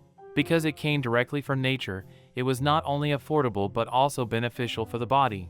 Looking thoughtfully at the cup in his hands, the minister quietly repeated her words. Even something that appears to be nothing more than a useless weed can still serve an important purpose. Now I understand. Hazel tilted her head curiously before asking what exactly he meant. The minister looked around the farmhouse before slowly realizing everything she had done. Roasting chicory roots until they developed the perfect flavor, grinding them into powder, preparing the drink, baking refreshments, and arranging everything so thoughtfully must have taken an incredible amount of effort. She had gone through all of that trouble simply for his sake. He lowered his head slightly before asking whether she had done all of this because of the harsh things he had said the previous day. Perhaps she had wanted to teach him a lesson in return. Quietly shaking his head, he admitted that he now deeply regretted calling her farm useless. Hazel blinked in surprise. What? No, that is not the reason at all. The minister looked at her in confusion. Then, why? Hazel smiled as though the answer were obvious. She admitted that his harsh words had certainly hurt her feelings at first, but she had already forgotten about them. The real reason she had spent the entire night preparing everything was much simpler. The minister was a guest at Maranya Farm. More importantly, he was the very first customer to ever visit her farm. That alone made him someone special. Naturally, she wanted to welcome him properly and serve him something he truly enjoyed. The minister stared at her in complete disbelief. He simply could not understand how someone could be so sincere. Hazel gently smiled before adding that she had not done any of it to gain something in return. She had only done it because she genuinely enjoyed it. She loved farming with all her heart. At her previous job, all she ever received was criticism from her manager, but now, standing inside her own little farmhouse surrounded by the work she loved, she could honestly say that she was happier than she had ever been in her entire life. Hearing those heartfelt words, the minister sat there in complete silence, utterly shocked by the kindness and honesty of the young woman standing before him. Hazel smiled warmly before explaining that after thinking about everything that had happened the previous day, she realized how ashamed she felt. No matter how frustrated she had been, the minister was still a guest at Maranya Farm, and she believed a guest should always be welcomed with kindness. That was exactly why she had prepared something special for him. Placing a freshly baked dessert on the table, she happily introduced it as a wild strawberry pie. With a bright smile, she encouraged him to try it together with the chicory coffee, assuring him that the two would pair perfectly. The minister looked at the pie with slight hesitation before quietly admitting that he had never been particularly fond of sweets. Deep down, he wondered whether he should simply pretend to enjoy it out of courtesy. Deciding that it would not hurt to at least take one bite, he carefully picked up a slice and tasted it. The moment the pie melted in his mouth, his expression completely changed. Looking at Hazel with genuine surprise, he remarked that it was not overly sweet at all. In fact, the sweetness was perfectly balanced. Curious, he asked whether she had intentionally used less sugar. Hazel happily nodded. Since the strawberries themselves were filled with natural juice and sweetness, she felt there was no reason to add excessive sugar and overpower their original flavor. Then, almost unable to contain her excitement, she proudly asked whether he knew where she had found the wild strawberries. Before he could answer, she cheerfully revealed that they had been growing right inside His Majesty's own garden. The minister instantly jumped to his feet in disbelief. Was that actually true? Hazel nodded enthusiastically and even offered to show him the exact location where she had picked them if he wished. By the time their conversation came to an end, the minister had completely finished both the pie and the chicory coffee. Hazel immediately reached for the coffee pot with a smile and kindly offered to pour him another cup. Startled, the minister quickly waved both hands and politely refused. No, no. I am perfectly satisfied already. I am completely full. Hazel looked at him quietly for a moment before deciding that now was finally the right time to discuss the matter that had brought him there in the first place. Since he seemed to be in a much better mood now, she gently suggested that they should finally have a proper conversation. The minister blinked in confusion. Had they not already spent the entire morning talking? Hazel shook her head. What she wanted to discuss was something truly important. She explained that she had deliberately taken everything one step at a time because she believed he would understand her better that way. Taking a deep breath, she finally began explaining the truth behind her ownership of the land. First of all, she made it absolutely clear that she had no intention whatsoever of selling the property for an inflated price. She had not come there as a speculator. She had only come because she genuinely wanted to build and operate a farm. Before she could continue, the minister quietly interrupted her. I know. Hazel froze. Looking at him in confusion, she wondered if she had heard him correctly. Did he really just say that he understood? The minister lowered his eyes before quietly admitting to himself how pathetic he had been. After everything he had seen and experienced, there was no longer any doubt in his mind. He had completely misunderstood Hazel from the very beginning. Standing up from his chair, he calmly apologized without making a grand speech. He simply admitted that his judgment had been mistaken and quietly announced that he would now take his leave. Hazel looked completely surprised. Already? You are leaving? Wait just a moment. Before he could walk out, she hurriedly gathered several small gifts and placed them into his arms one after another. This one. And this one too. Oh, and take this as well. Before the bewildered minister even realized what was happening, his hands were already full of baskets and gifts prepared by Hazel. Carrying everything rather awkwardly, he finally stepped outside the farmhouse. Waiting nearby were several palace workers who immediately approached him in confusion. Your Excellency, Count Albert, they called out. The minister looked at them and asked what was wrong. The workers reminded him that he had summoned them earlier for the demolition of the farmhouse. The minister paused for a brief moment before calmly replying that the demolition would be postponed for today. Every worker stared at him in complete disbelief. What? No way. What in the world had happened inside that farmhouse? Had the minister actually accepted a cup of coffee? If so, perhaps he was under the influence of something completely unexpected. Meanwhile, back inside the imperial palace, Cecil happened to see the minister enjoying another bite of Hazel's pie. Watching him with curiosity, Cecil quietly commented that everything seemed perfect. The minister nodded in complete agreement before happily replying that it truly was perfect. It was the best. Thinking the compliment referred to the official report he had submitted earlier, Cecil politely asked whether His Excellency was talking about his work. The minister immediately shook his head. No, I am talking about this pie. Cecil looked completely puzzled. The pie? What was so special about it? The minister proudly explained that it was a wild strawberry pie. Then he asked whether Cecil had any idea that the palace garden contained such an enormous number of wild strawberry bushes. Cecil honestly admitted that he had absolutely no idea. The minister nodded before saying that neither had he. Then, with a thoughtful smile, he quietly remarked that she truly was an interesting person. Cecil, however, misunderstood him entirely and began talking about the strawberries instead. Before he could continue, the minister suddenly exploded with frustration. I am talking about the person, not the strawberries, you fool. Have I ever called strawberries interesting? Did I not just tell you there were plenty of them growing in the garden? How could you misunderstand something so simple? The minister quickly realized he had allowed himself to become unusually emotional and immediately calmed down. Quietly thinking to himself, he admitted that he had almost made another embarrassing mistake. He would have to be much more careful from now on. Cecil remained completely confused, wondering what exactly had just happened. After collecting himself, the minister casually announced that he would also need to clear the rest of his schedule for the day. Cecil looked surprised and asked why. Then another question came to mind. Since the minister had already memorized every page of the legal book he was reading, why did he continue studying it over and over again? Without looking up from the pages, the minister calmly replied that there was simply something he needed to confirm. As he carefully turned another page, he quietly smiled to himself. Just as he expected, perhaps a new wind was finally beginning to blow through the imperial palace. The following morning, Hazel received a basket delivered together with a neatly folded letter.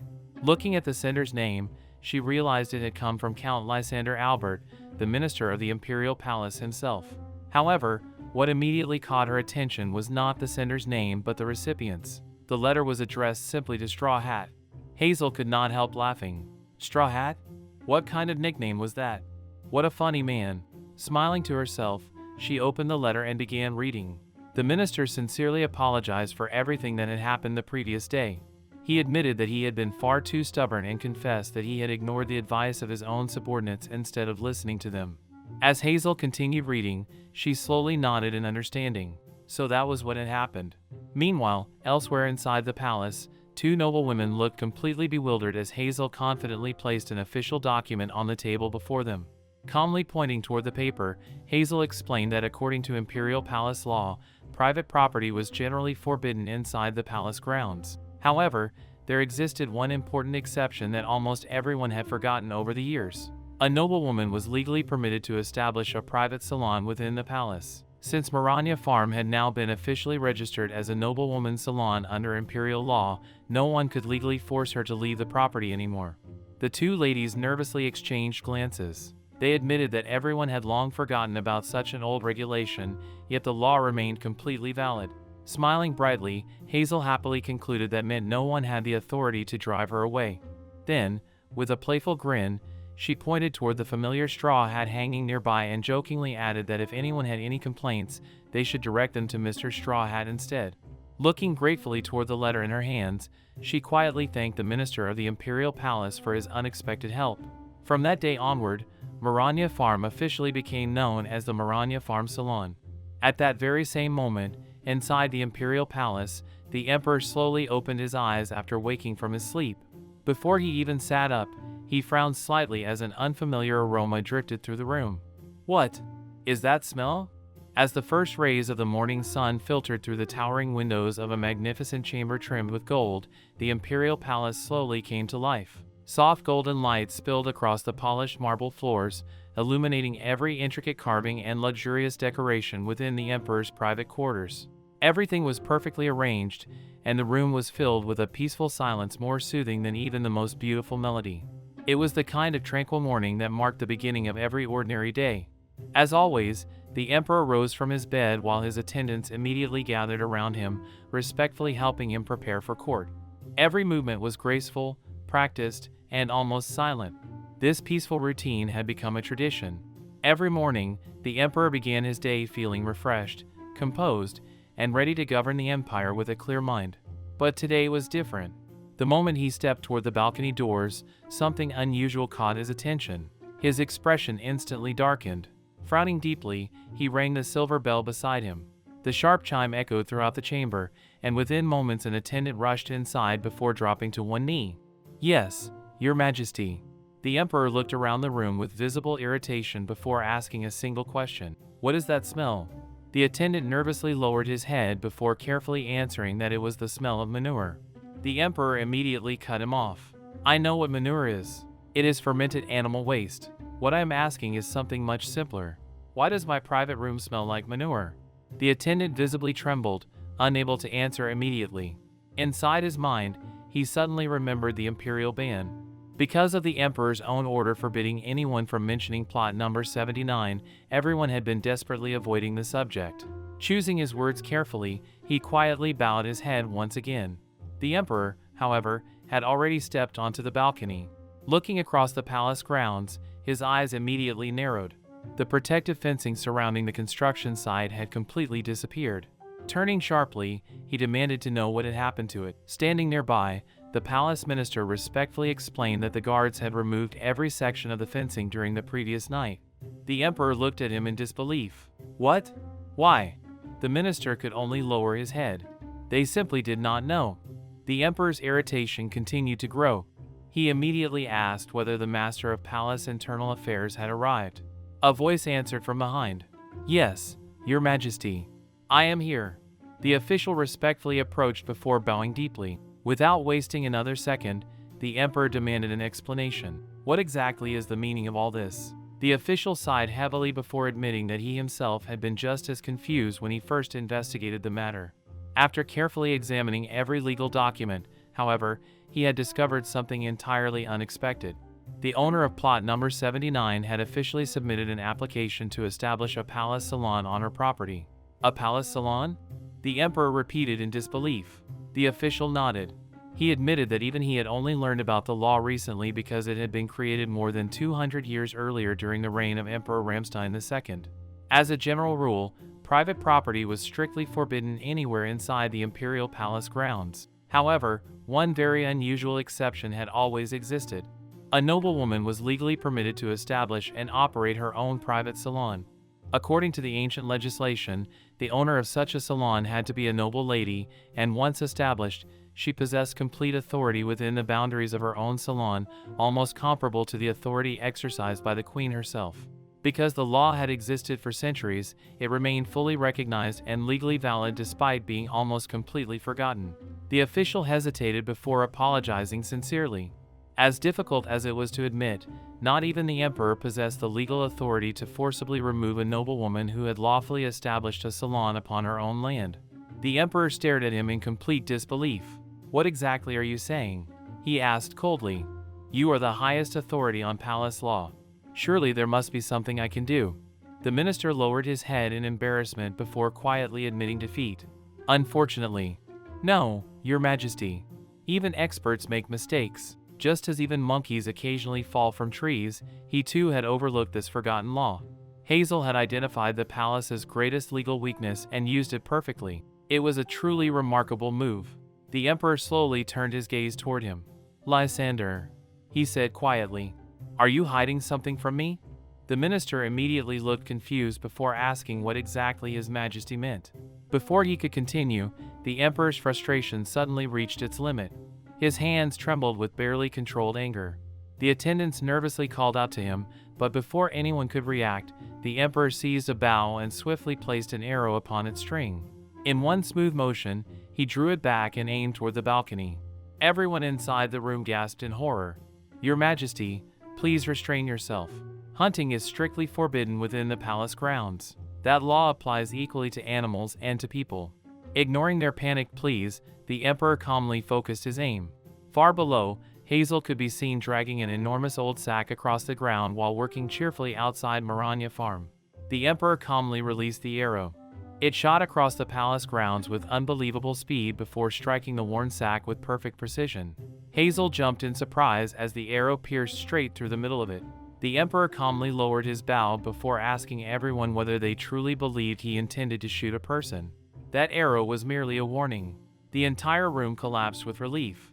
Even the attendants could not hide their amazement at the emperor's extraordinary accuracy. Meanwhile, Hazel looked down at the torn sack before breaking into a delighted smile.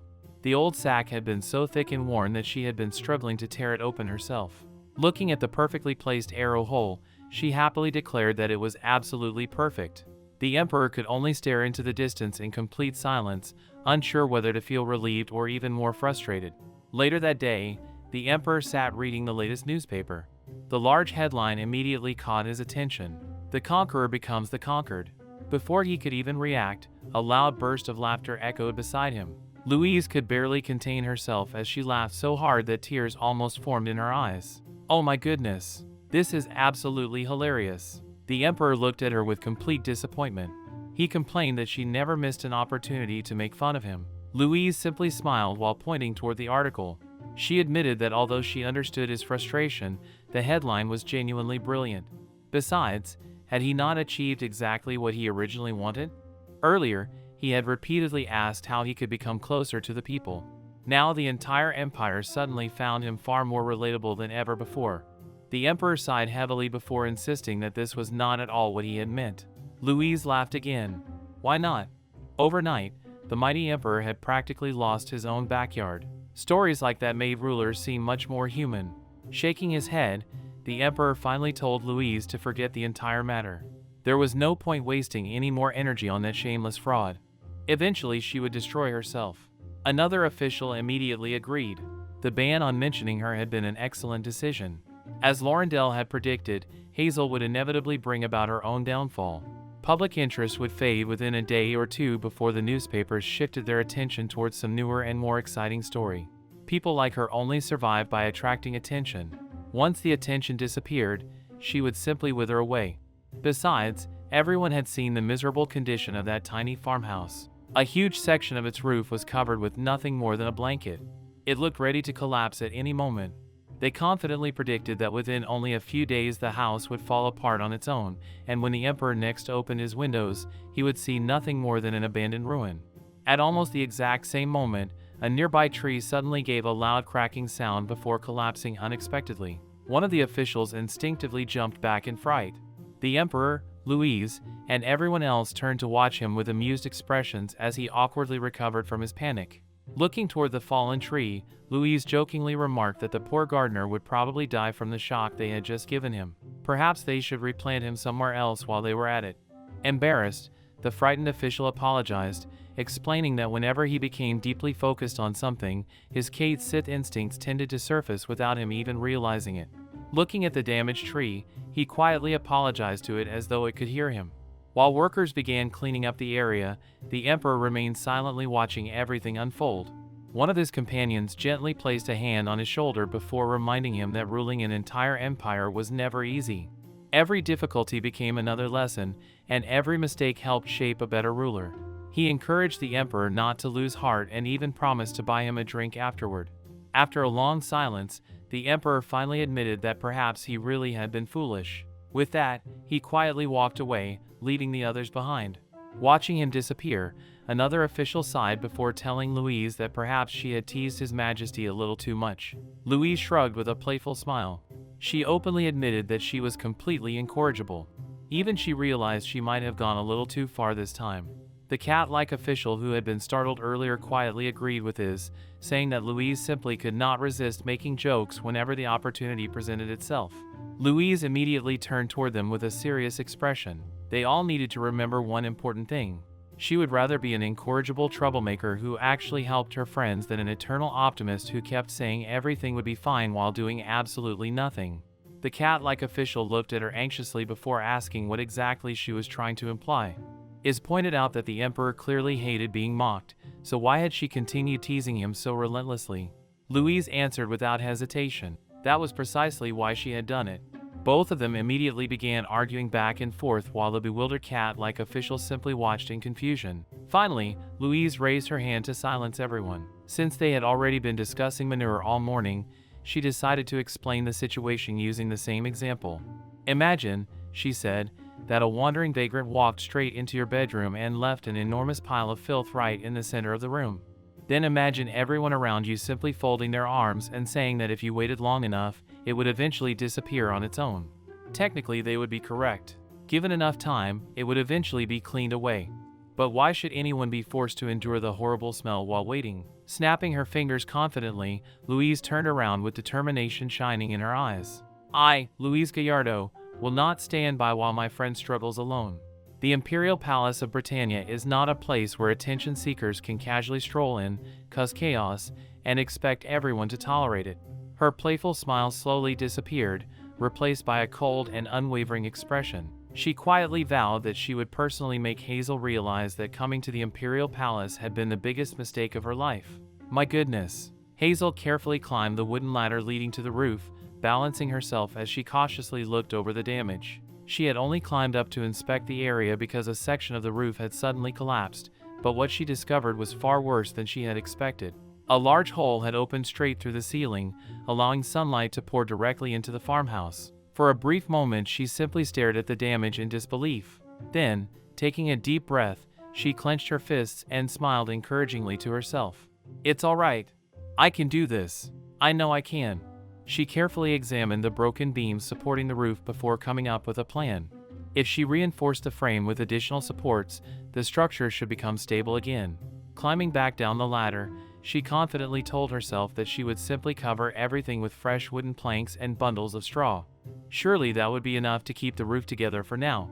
With renewed determination, Hazel immediately began working. She picked up a hammer and tried driving large nails into the wooden frame. Again and again she swung with all the strength she could gather. Unfortunately, no matter how hard she tried, the nails barely moved. After struggling for quite some time, she finally gave up and collapsed onto the floor in exhaustion. Staring helplessly at the ceiling, she admitted to herself that she simply was not strong enough. No matter how much she wanted to repair the roof, she lacked the strength needed to hammer the heavy nails into place. As she caught her breath, another realization suddenly struck her.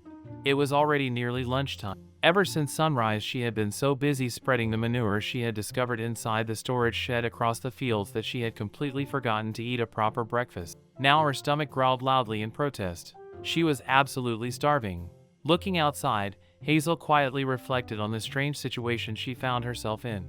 Ever since the Emperor's order, everyone inside the Imperial Palace had been treating her as though she did not exist. Even so, she had deliberately started spreading the manure before dawn because she did not want the unpleasant smell to disturb the palace staff during the day.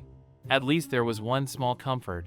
She had managed to finish that unpleasant task much earlier than expected. Thinking back on the morning's work, she remembered how difficult it had been to open the enormous manure sack. The fabric had been so old and thick that she simply could not tear it open herself.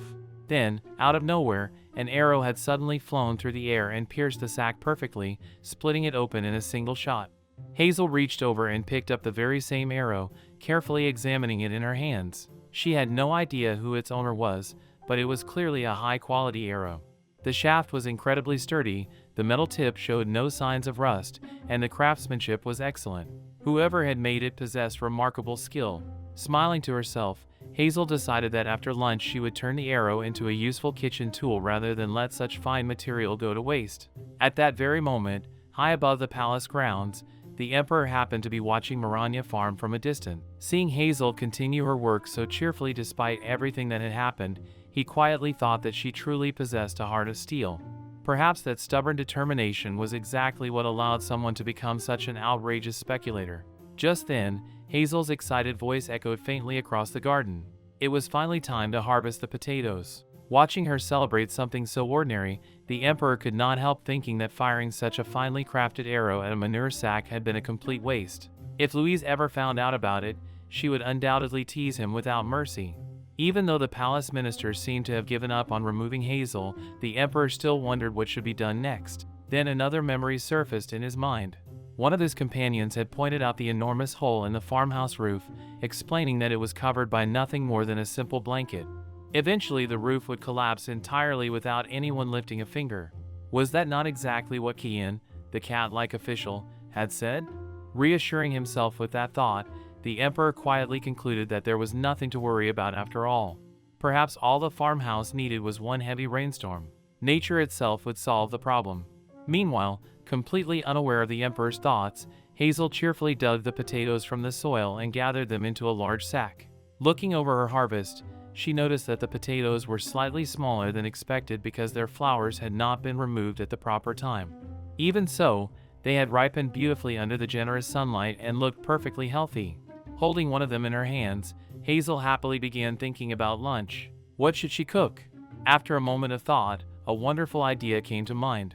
She would slice the potatoes into thin strips before making delicious crispy potato pancakes. Then she would top them with melted cheese and freshly picked herbs from her garden. To celebrate her very first proper meal at Manhwa farm, she would even open a bottle of apple cider vinegar she had been saving. The more she imagined the meal, the more excited she became. Then she suddenly remembered one final detail.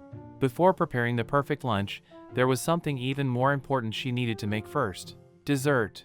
Without wasting another moment, Hazel put on her straw hat, picked up her basket, and headed toward the nearby market. The streets were lively and crowded with merchants, customers, and travelers moving busily in every direction. While exploring the area, something unexpected caught her attention near the fountain. A small grove of trees stood quietly nearby. Although it was much smaller than a real forest, it was still large enough to surprise her. Curious, Hazel walked closer. The moment she noticed the fruit hanging from the branches, her eyes sparkled with excitement. Apples. She had never expected to find apple trees growing so close to the center of the capital. Smiling happily, she immediately began gathering them into her basket. Most people believed apples harvested during this season were sour, unripe, and unsuitable for eating. However, Hazel knew that those people simply did not know how to prepare them correctly. If cooked with care, even these tart apples could become incredibly delicious. She had already decided exactly what she would make: a beautiful apple tart.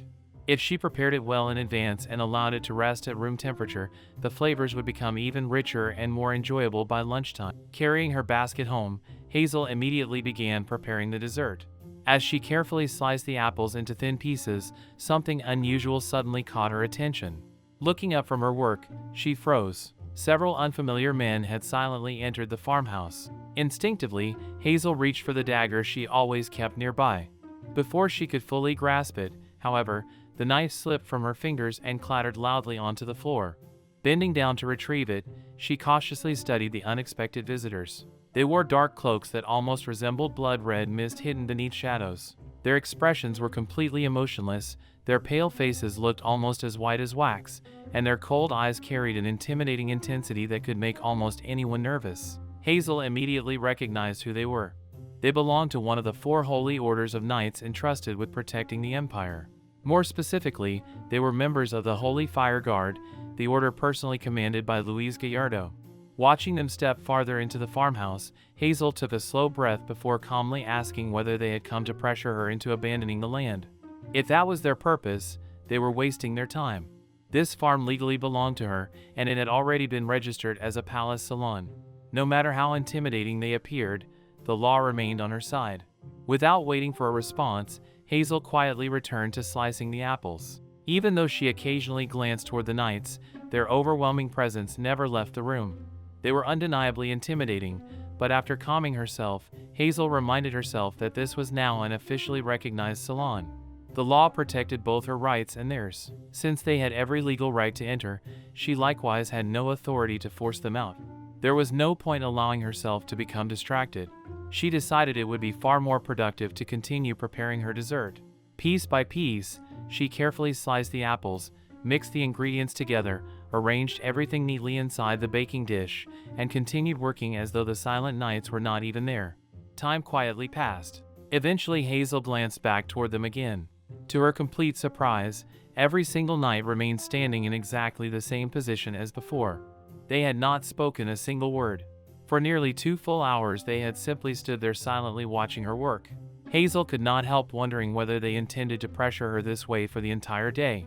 Would they continue following her even after she went back out to work in the fields? Just then, a faint rumbling sound broke the silence. Hazel paused and tilted her head. Had she imagined it? No, she was almost certain she had just heard someone's stomach growl. Looking carefully at the young knights once again, a completely different thought crossed her mind. Despite their frightening appearance, they were still just boys. Young men always became hungry quickly, especially after standing around for hours without moving. Their stern expressions suddenly seemed far less intimidating than before. Instead of fear, Hazel felt sympathy. Her eyes brightened with a warm smile. Of course, they were people too. Beneath the armor and frightening uniforms, they were ordinary human beings, just like her. If that was the case, perhaps there was a much better way to deal with this situation. Elsewhere inside the Imperial Palace, Louise quietly listened as one of her subordinates finished explaining everything that had happened at Maranya Farm. After hearing the entire report, she crossed her arms and looked at the knight with obvious disbelief.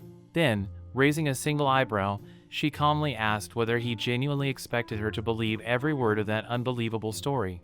After returning from their mission, the Holy Fire Guard stood before Louise looking unusually uneasy. She crossed her arms and stared at them suspiciously before repeating what she had just heard. So, after returning from your mission, your stomach started growling.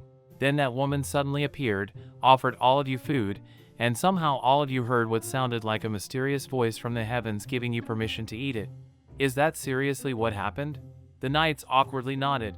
One of them quickly added that the food had been absolutely delicious. Another admitted that he had eaten every single bite. In fact, he had almost eaten the plate itself. Before he could finish, another knight immediately interrupted him, telling him to shut up before he embarrassed everyone even further. Louise rubbed her forehead in frustration. Forget the strange voice for a moment. Tell me exactly what happened after you accepted the food. The knight nervously explained that he honestly could not identify what Hazel had cooked. She had simply washed something, placed it over burning pieces of wood, and warmed it until it was ready. Louise narrowed her eyes. Was she a witch? The knight immediately shook his head. No, not exactly. But whatever she had served tasted just like meat, even though none of them could identify what it actually was. Another knight cautiously added that although she was probably not a witch, the food in that farmhouse definitely possessed some kind of mysterious magic. Louise's eyes widened in alarm. What? Wait a second.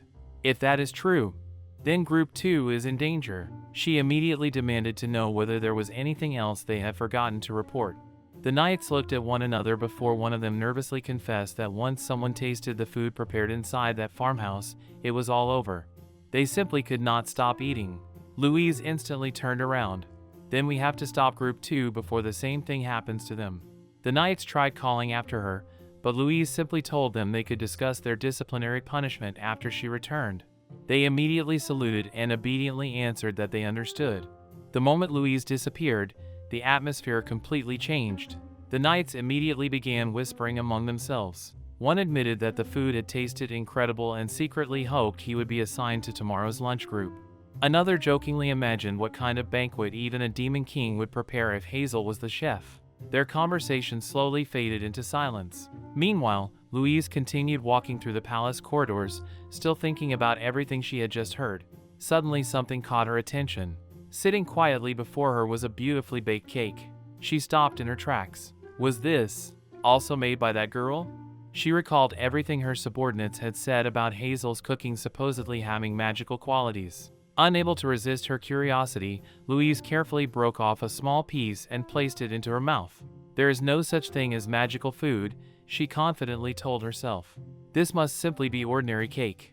The moment she tasted it, however, her expression completely changed. What? This is delicious? She immediately shook her head.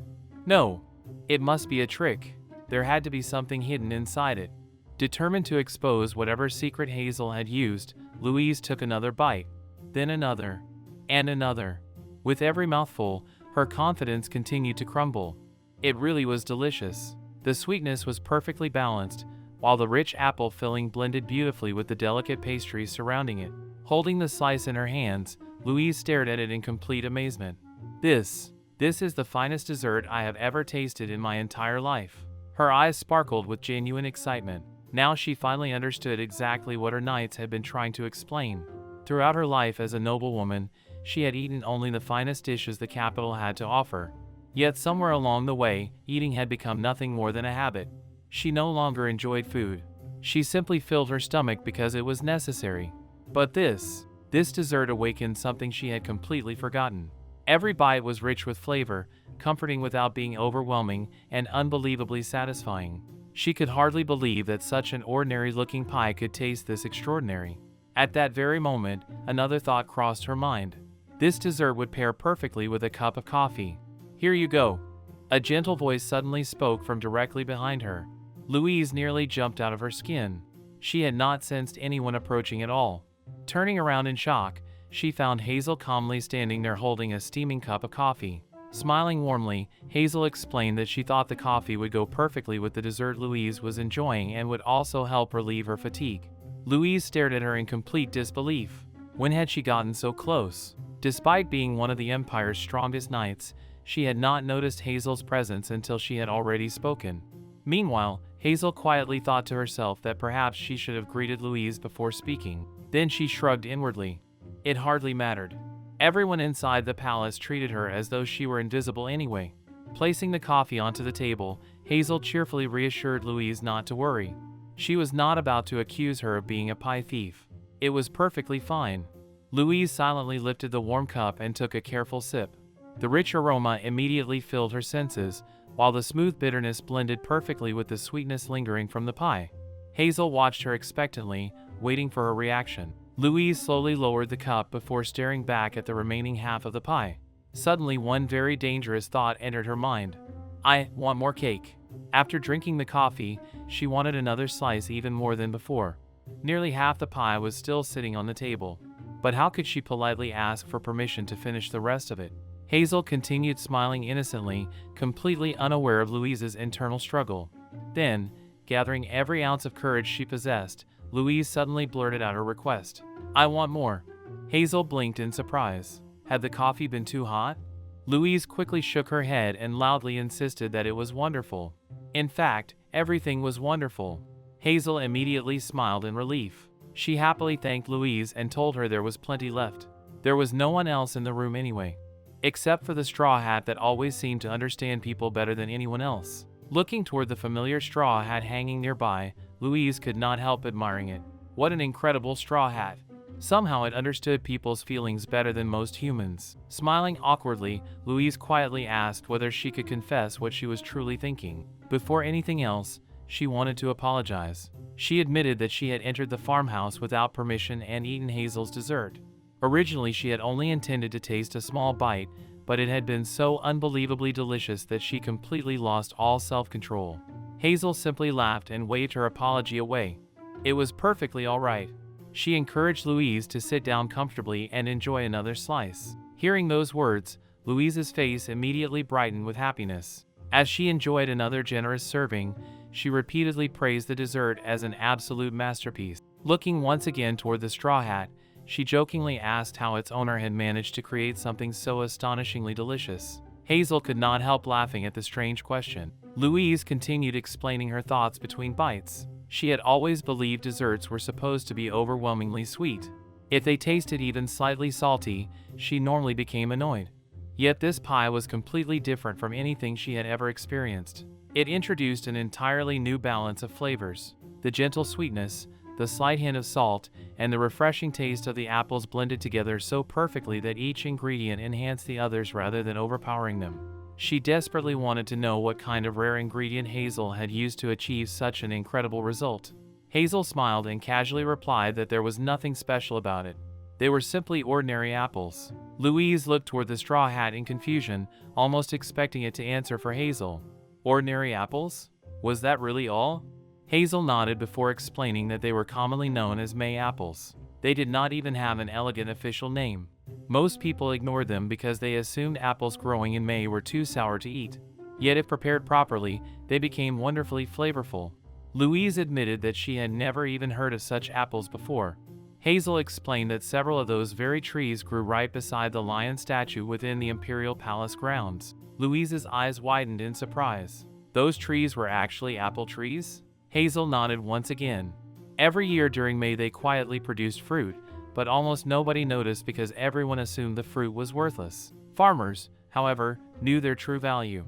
While nobles walked past those trees every single day without giving them a second glance, experienced farmers recognized them as a hidden treasure waiting to be transformed into something truly delicious. Louise sat there silently, looking completely bewildered as everything she thought she knew about food slowly began to change. Hazel smiled warmly as she explained that farmers had a very different way of looking at food compared to most people. Whenever they discovered an unfamiliar fruit or plant, they never dismissed it immediately just because it tasted bitter, sour, or unpleasant. Farmers believed that almost everything nature provided deserved at least one honest chance. They would always taste it first, no matter how strange it seemed. Even if the flavor was bitter, fishy, or completely unappetizing, they refused to give up right away. Instead, they experimented with it over and over again until they found a way to bring out its hidden potential. Somehow, through patience and persistence, they almost always managed to turn even the most ordinary ingredients into something worth eating. Holding another apple in her hand, Hazel continued explaining her recipe. The May apples were not naturally sweet. First, she sliced them and placed them into a pan. Then she slowly boiled them over low heat several times, allowing the excess bitterness and sharpness to fade little by little. The process required patience, but each round of cooking transformed the apples further until they became wonderfully smooth, fragrant, and naturally delicious. Louise listened with complete fascination, nodding slowly as every piece of the explanation came together in her mind. She softly repeated the words to herself before smiling. The unbeatable apple tart. That was what she wanted to call it. It was not simply a dessert. It represented the determination, creativity, and endless curiosity of hardworking farmers who refused to waste anything nature had given them. Somehow, hearing the story behind the recipe made every bite taste even better than before. Her favorite part, however, was undoubtedly the rich applesauce hidden inside the tart. As ideas immediately began flooding into her mind, Louise excitedly imagined all the different ways it could be enjoyed. She thought it would pair beautifully with smooth vanilla ice cream, where the warm applesauce would perfectly complement the cold sweetness. It would also make an incredible spread for fresh bread, creating wonderfully refreshing sandwiches for afternoon tea. Hazel's eyes immediately lit up as she enthusiastically added another suggestion. The applesauce could even be mixed into sparkling water and served ice cold during the summer. Louise's excitement only continued growing. She eagerly agreed before adding that it would probably taste wonderful inside homemade cookies as well. Hazel laughed happily. Judging by how many dessert ideas Louise kept suggesting, she must secretly love sweets far more than she admitted. Looking toward the familiar straw hat hanging nearby, Hazel jokingly remarked that even the straw hat seemed to agree with her conclusion. Louise could not help laughing in embarrassment before finally confessing the truth. The straw hat was absolutely right. She had spent years pretending that she disliked desserts, but the moment she tasted Hazel's cooking, all of that self-control completely disappeared. The imaginary straw hat seemed almost curious, silently asking why she had ever pretended in the first place. Louise's cheerful expression slowly softened as memories from years ago returned to her mind. It all began shortly after she became a knight. At the time, many insecure men could not accept the fact that a woman consistently defeated them with a sword. Since they could never overcome her through skill, they instead mocked her over meaningless things. Whenever they saw her happily eating dessert, they sneered that despite acting tough, she was still just a girl. Those careless comments slowly began to affect her. While she was still young, she desperately wanted to be respected as a knight rather than judged for being a woman. Eventually, she convinced herself to stop eating sweets in public altogether. She forced herself to pretend that she disliked desserts, hoping no one would question her femininity ever again. Hazel looked genuinely surprised. "Wait, you are a woman?" The imaginary straw hat almost seemed equally shocked before pointing out that Hazel had never actually asked for Louise's name or introduced herself properly. Hazel suddenly realized how strange the situation really was. She had spent all this time talking naturally without even asking who Louise actually was. Then recognition suddenly struck her. Her eyes widened in surprise. Was this the famous female commander whose name appeared in the expected questions for the Imperial Civil Service examinations? She had heard countless stories about one of the Emperor's closest aides, a legendary female knight whose charisma rivaled that of any man in the Empire. Hazel admitted that although she had always dreamed of meeting such an incredible person one day, she never imagined that the intimidating commander standing before her would actually be that very woman. Louise smiled awkwardly before quietly explaining that her family had opposed her decision to become a knight from the very beginning. They believed such a profession was unsuitable for a woman. To pursue her dream anyway, she eventually began dressing and behaving more like a man so that others would take her seriously. However, despite all of that, nothing about her heart had changed. She had never wanted to become a man. She simply wished people would stop seeing her gender before seeing the person she truly was. Looking at Hazel sincerely, Louise asked her not to think of her as a famous commander. Instead, she hoped Hazel would simply see her as an ordinary neighbor who happened to carry a sword. Hazel blinked in surprise before laughing. A neighbor? Was Commander Louise seriously planning to become the Straw Hat's neighbor now? Looking toward the old hat once again, Hazel joked that life beside such a troublesome straw hat certainly would not be easy. Louise looked around the lively farmhouse. Despite everything the Imperial Palace had done to isolate Hazel, the young farmer continued smiling mischievously as though nothing could discourage her. Being ignored by the entire palace had not diminished her spirit even slightly. Louise quietly admired that strength. Hazel appeared far tougher than she looked. After all, who else would dare establish a working farm right in the middle of the Imperial Palace? The entire situation was unlike anything the Empire had ever witnessed. Suddenly, one of the Holy Fire Guard members entered the farmhouse and respectfully called out to his commander. Louise blinked in confusion. For a brief moment she completely forgot why she had come there in the first place. Then reality suddenly crashed down upon her.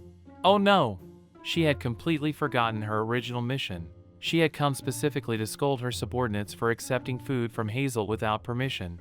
Covering her face in embarrassment, Louise quickly stumbled backward before blurting out that the food inside this farmhouse was as dangerous as a natural disaster. She hastily excused herself and almost ran out of the building before anyone could stop her.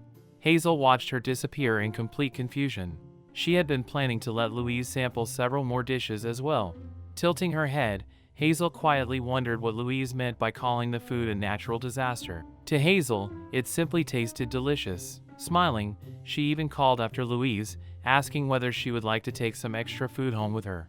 Outside the farmhouse, Louise leaned against a nearby wall while trying to calm her racing thoughts. She could not help smiling to herself. That woman. She really was unbelievably refreshing. Before she could gather herself completely, familiar voices suddenly interrupted her thoughts. Louise, do not tell us that you.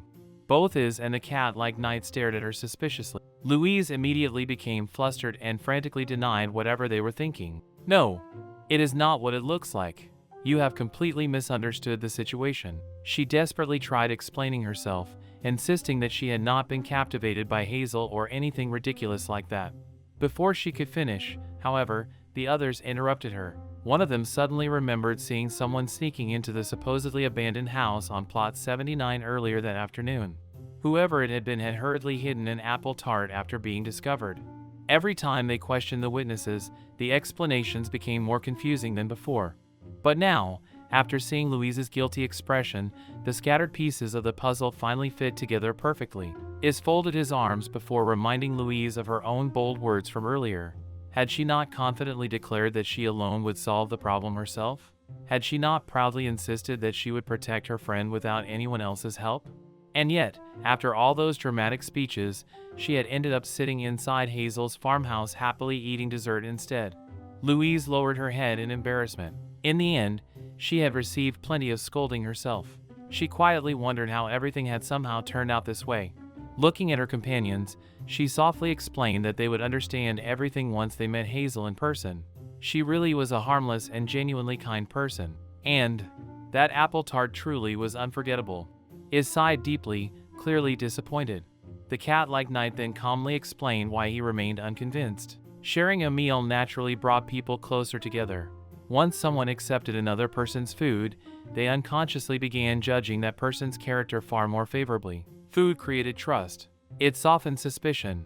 It influenced people's emotions in ways they rarely realized. If Hazel truly was as harmless as Louise believed, then why had she deliberately exploited a forgotten legal loophole to register her property as a palace salon? Louise silently considered his words. He was not entirely wrong. The imperial palace was filled with people who had selfish ambitions behind polite smiles. Many appeared kind on the surface while secretly manipulating the law for their own benefit. Masked foxes existed everywhere.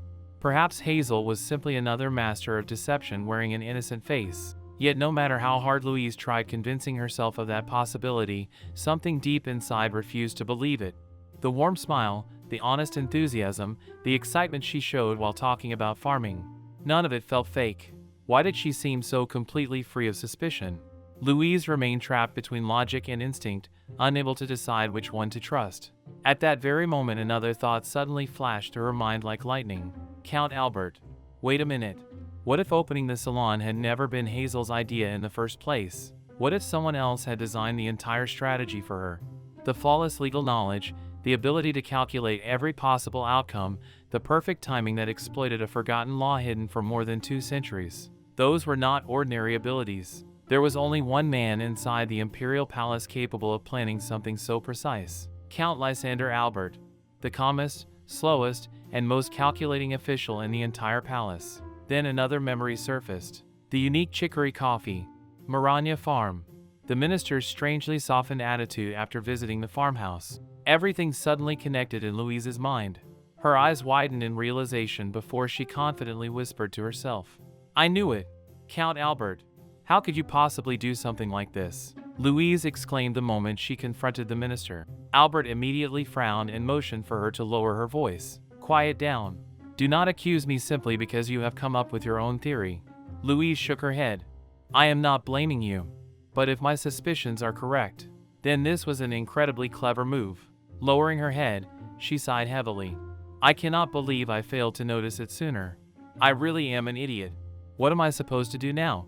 Standing quietly, Albert carefully observed her reaction. Could she really have figured everything out? Then another thought crossed his mind.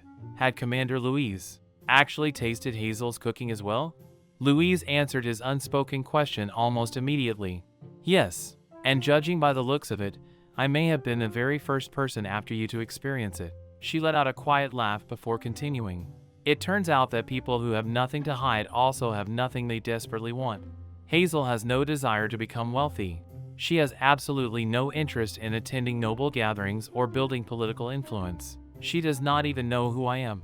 Everything she has said and done points toward only one simple goal. She genuinely wants nothing more than to farm. Albert nodded slowly. Exactly. Since the land legally belongs to her, nobody can force her to leave. Not even the Emperor has the authority to ignore the law. Louise agreed but quickly lowered her voice. Then we must keep this between ourselves, at least until we completely understand the truth. Albert quietly nodded. Yes, for now, it would be better if only we knew. Louise hesitated before asking another question. Count Albert, how did you? Before she could finish, Albert gently interrupted her. Let us continue this conversation somewhere else. The greenhouse is empty at the moment. No one will overhear us there.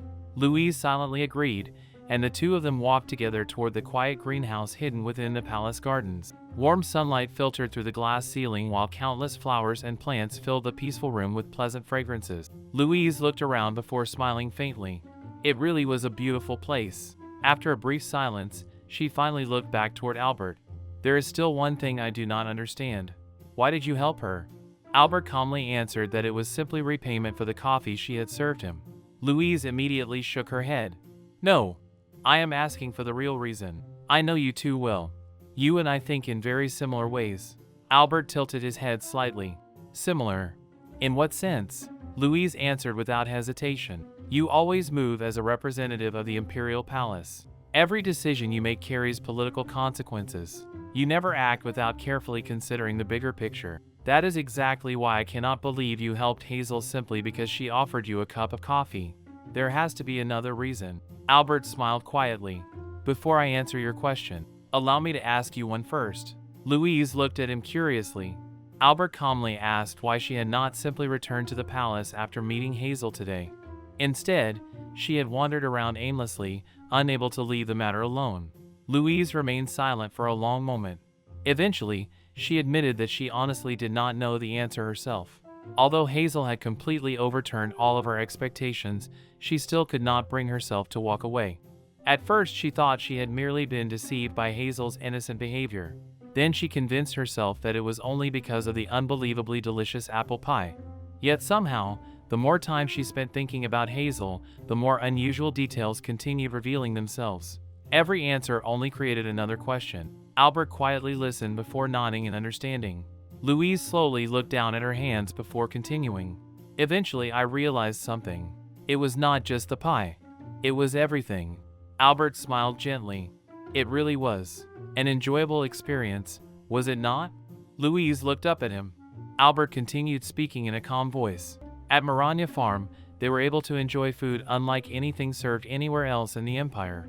They spoke about farming, nature, and ordinary life instead of politics, conspiracies, and endless competition.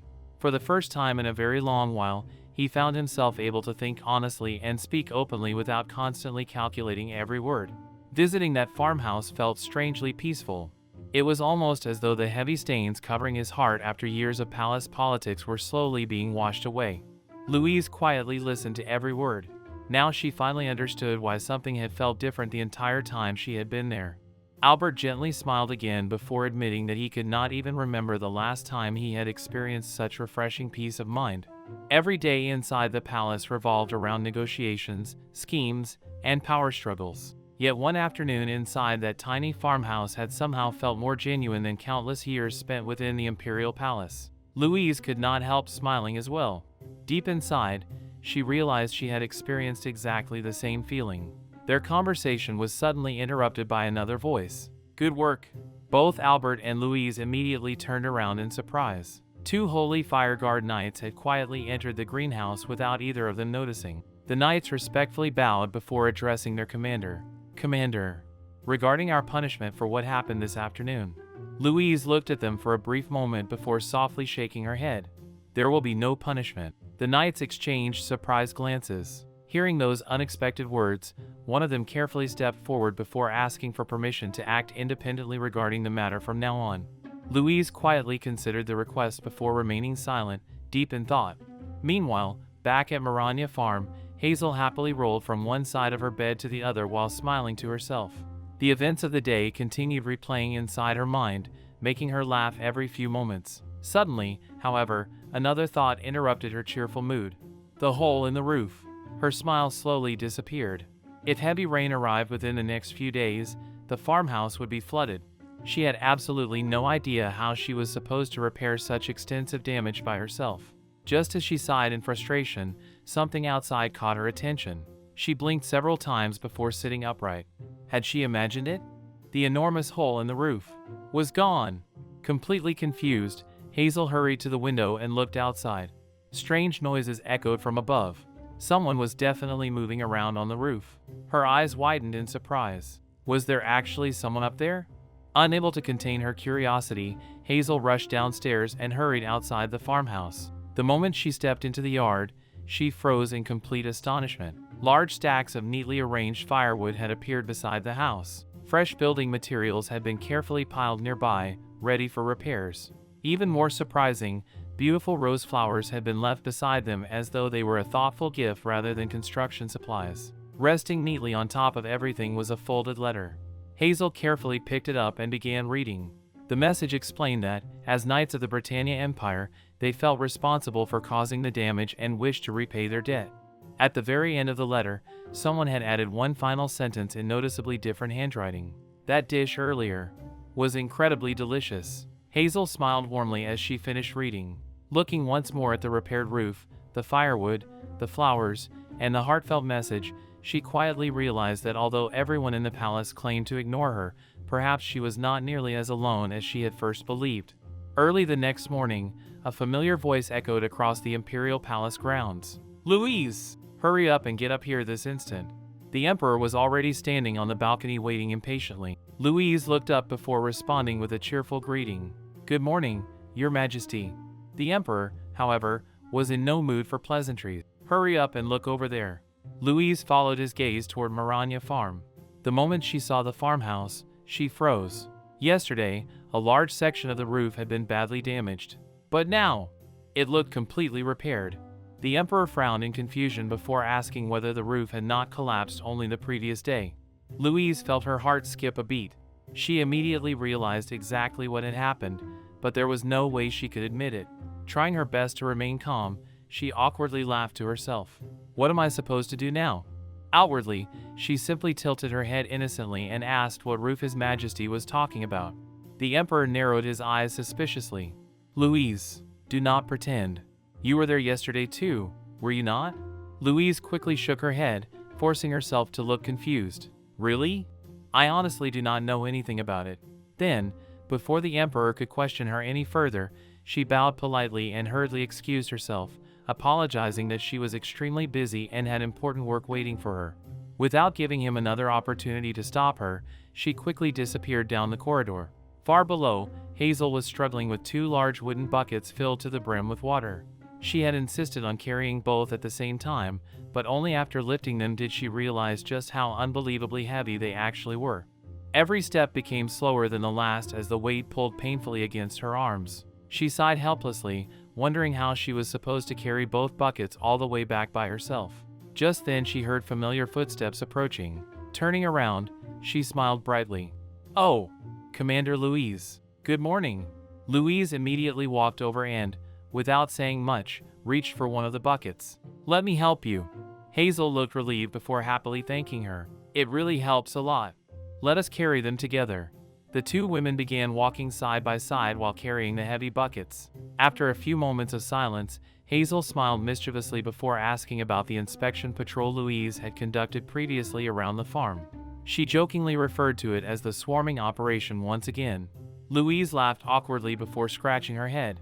Unfortunately, I do not do that anymore. If I kept behaving like that, everyone would only become more stressed. Hazel tilted her head curiously before asking whether the Emperor had ordered her to stop. Louise immediately shook her head. No, it was not because of His Majesty.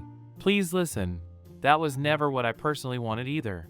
At that time, I genuinely believed forcing Hazel to leave was the right thing to do. But after spending time at Maranya Farm, everything changed. Once she realized Hazel truly had every legal and moral right to remain there, Louise could no longer justify her previous action. Thinking back on them only filled her with guilt. She sincerely apologized for ever trying to drive Hazel away.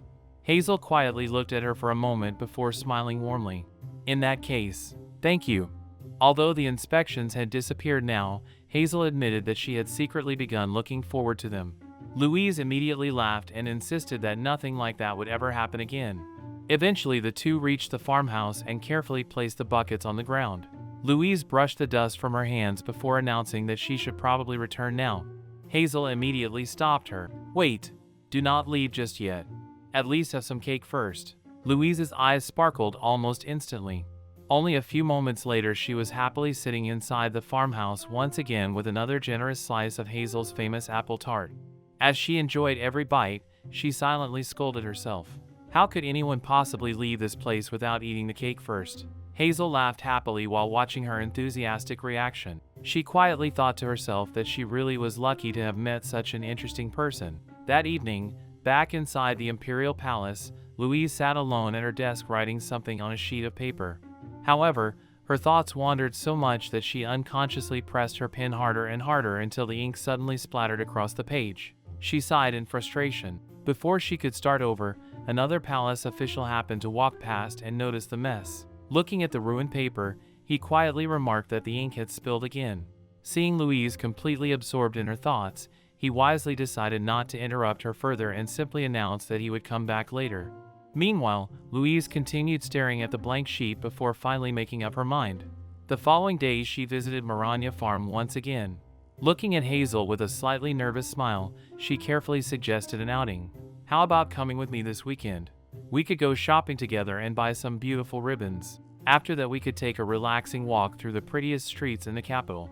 There is also a lovely lake where we could enjoy a boat ride together. We could eat fresh seafood, have delicious ice cream, and later climb the tower to admire the beautiful view of the entire city.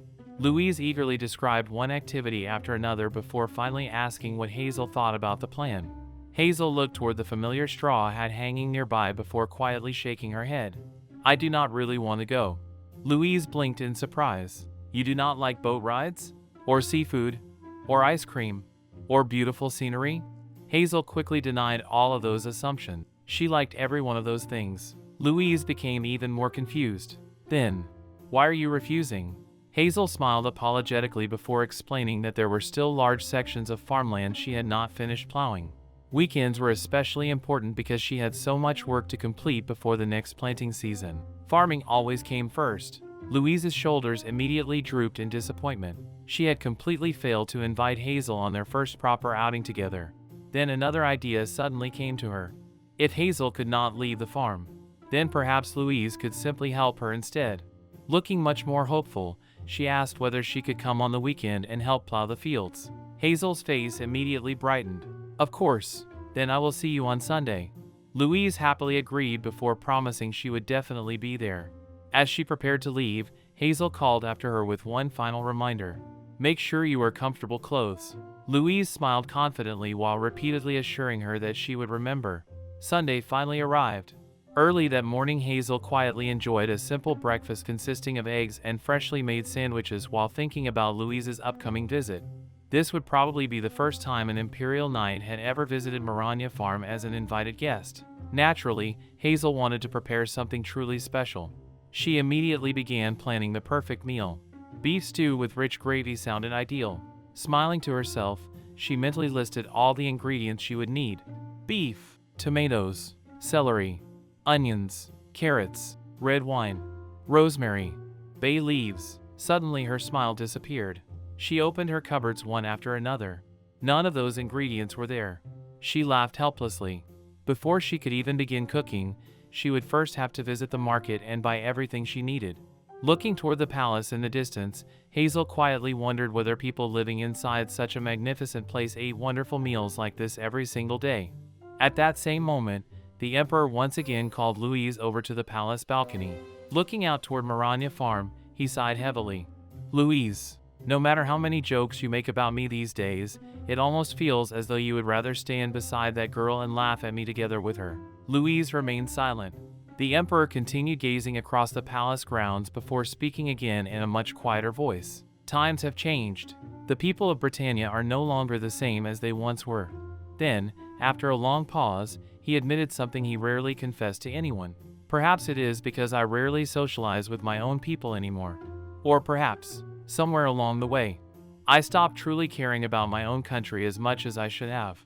His voice grew quieter with every word as he continued staring silently toward the little farmhouse that had somehow begun changing not only the people around him, but perhaps even the emperor himself.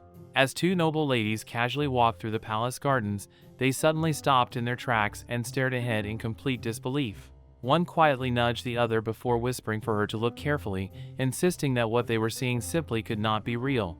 Hidden behind a nearby wall, Louise and the others cautiously peeked toward the farmhouse. Louise let out a quiet sigh and admitted that it looked like they had arrived a little too early.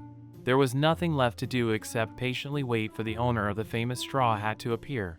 Determined to make a good impression, Louise stepped forward in an outfit that none of her companions had expected. She wore an elegant suit, a pair of dark sunglasses, and carried herself with exaggerated confidence as if she were about to undertake a secret military operation rather than visit a peaceful farm. The knights standing beside her could only stare in amazement. A couple of them even blushed slightly, admitting that she somehow looked incredibly cool despite how ridiculous the whole situation was.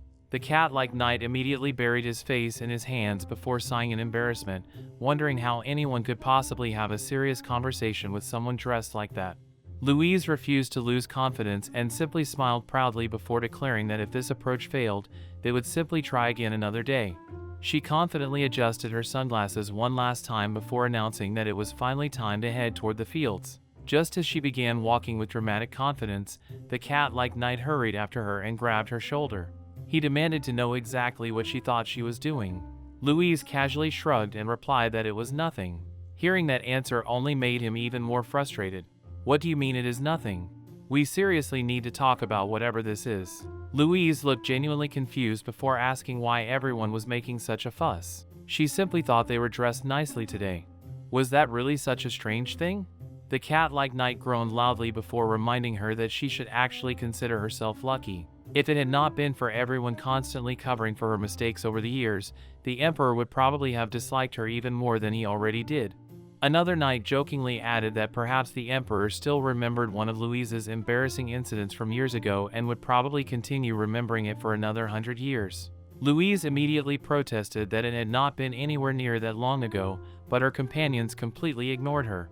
One of them laughed and declared that the story would probably become part of the history books passed down through her family for generations. Louise could only lower her head in defeat while silently wondering why everyone enjoyed teasing her so much. Before anyone could continue joking, a loud cracking sound suddenly echoed through the quiet garden. Every single person immediately froze. A thick branch slowly broke away from one of the largest trees before crashing heavily onto the ground. The laughter instantly disappeared. The cat-like knight slowly approached the fallen branch before carefully lifting it into his hands. The moment he saw its condition, the color drained from his face. Louise sensed something was terribly wrong and hurried over. With a trembling voice, the cat-like knight quietly revealed the tree's identity. It was General Leonard, National Treasure number 351. Louise stared at him in complete disbelief. The general? A national treasure? The cat-like knight slowly nodded before examining the damage wood more closely. There was no point trying to hide the truth anymore. The general was rotting from the inside.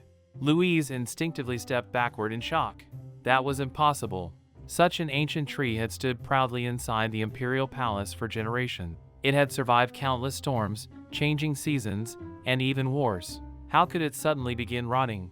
The cat-like knight sadly admitted that the signs were impossible to ignore any longer. Louise immediately remembered something she had warned him about repeatedly.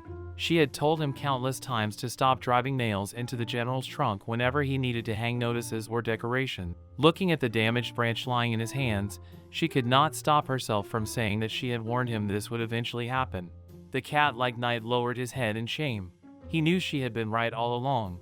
If anyone discovered that one of the Empire's greatest national treasures had deteriorated because of their negligence, the consequences would be unimaginable. During their academy years, every official had studied the special law regarding the protection and management of state treasures. Everyone knew that the higher the value of the national property, the harsher the punishment became.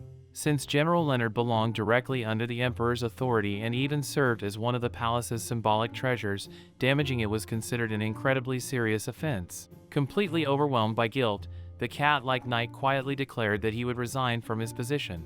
As chairman of the Emperor's advisory council, he believed he had completely failed in his responsibility. Louise immediately grabbed him before he could continue. She insisted that now was not the time to discuss resigning. The important thing was finding a way to save the general before it was too late. Everyone fell silent. One knight quietly wondered whether the tree could even be repaired anymore. Another suggested secretly replacing damaged sections, but Louise immediately rejected the idea. Bringing someone in to secretly alter a national treasure would only make the crime even worse. Even if they somehow managed to hide it temporarily, the truth would eventually be discovered. Nothing involving such an important state treasure could remain hidden forever. Despair slowly spread across everyone's faces until Louise suddenly froze. An idea flashed through her mind. There was one person who might actually know what to do. Without wasting another second, Louise immediately led the group toward Maranya Farm. A short while later they arrived outside Hazel's farmhouse. Hazel warmly welcomed them as always before curiously asking what had brought so many important palace officials to her little farm. The cat-like knight and the others awkwardly avoided eye contact, too embarrassed to explain. Louise stepped forward and admitted that they had come through a secret route because an unexpected problem had appeared inside the palace. They had even entered through the back way to avoid attracting attention. Hazel immediately sensed the urgency in Louise's voice and gently asked what had happened. Louise took a deep breath before explaining that General Leonard Maximus Rittenberg, the ancient elm tree designated as National Treasure number 354, had suddenly become seriously ill.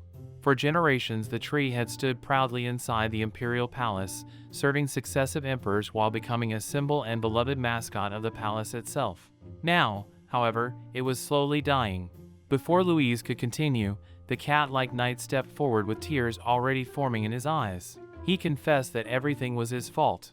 Over the years, he had repeatedly driven nails into the general's trunk without realizing the damage he was causing. He never imagined that such a magnificent tree could become weak because of those careless actions. General Leonard had always seemed so strong and healthy that he believed nothing could ever harm him. Looking at the dying tree now filled him with unbearable guilt. Another official admitted that although they all cared deeply about the tree and regularly looked after it, none of them actually understood anything about treating sick trees. They knew politics, law, and administration, but when it came to nature they were completely helpless. The cat-like knight wiped away his tears before suddenly noticing the familiar straw hat resting nearby. His eyes widened with hope. Looking toward it with complete seriousness, he remarked that surely someone who wore such a magnificent straw hat must know everything about treating trees. Turning back toward Hazel, he nervously asked whether she had ever healed a sick tree before. Hazel smiled gently and answered without hesitation that she had. The moment those simple words left her mouth, everyone's expressions instantly transformed. Their eyes sparkled with hope, relief flooded their faces, and the heavy atmosphere surrounding them completely disappeared. Louise almost grabbed Hazel's hands in excitement before asking if she would please come with them and save General Leonard. Hazel immediately agreed without the slightest hesitation. After arriving at the palace, Hazel slowly walked around the enormous elm tree while carefully examining every part of its trunk and branches. The deeper her inspection continued, the more serious her expression became. Several sections of the bark had already rotted away.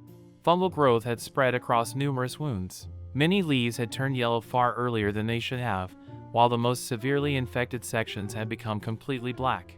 Hazel quietly sighed before admitting that the situation was much worse than she had expected. The disease had already spread throughout large portions of the tree, meaning they needed to begin treatment immediately if they wanted any chance of saving it. Unfortunately, she had rushed to the palace empty-handed. Looking toward Louise and the others, Hazel calmly began listing everything she needed. She required a very small sharp knife, several bottles of strong alcohol or wine to properly sterilize every infected wound, and plenty of perfectly clean cloth for cleaning and protecting the damaged areas. Only after gathering those supplies could they begin treating General Leonard, and everyone immediately rushed off to collect everything as quickly as possible, knowing that every passing minute could determine whether the Empire's oldest guardian survived or was lost forever.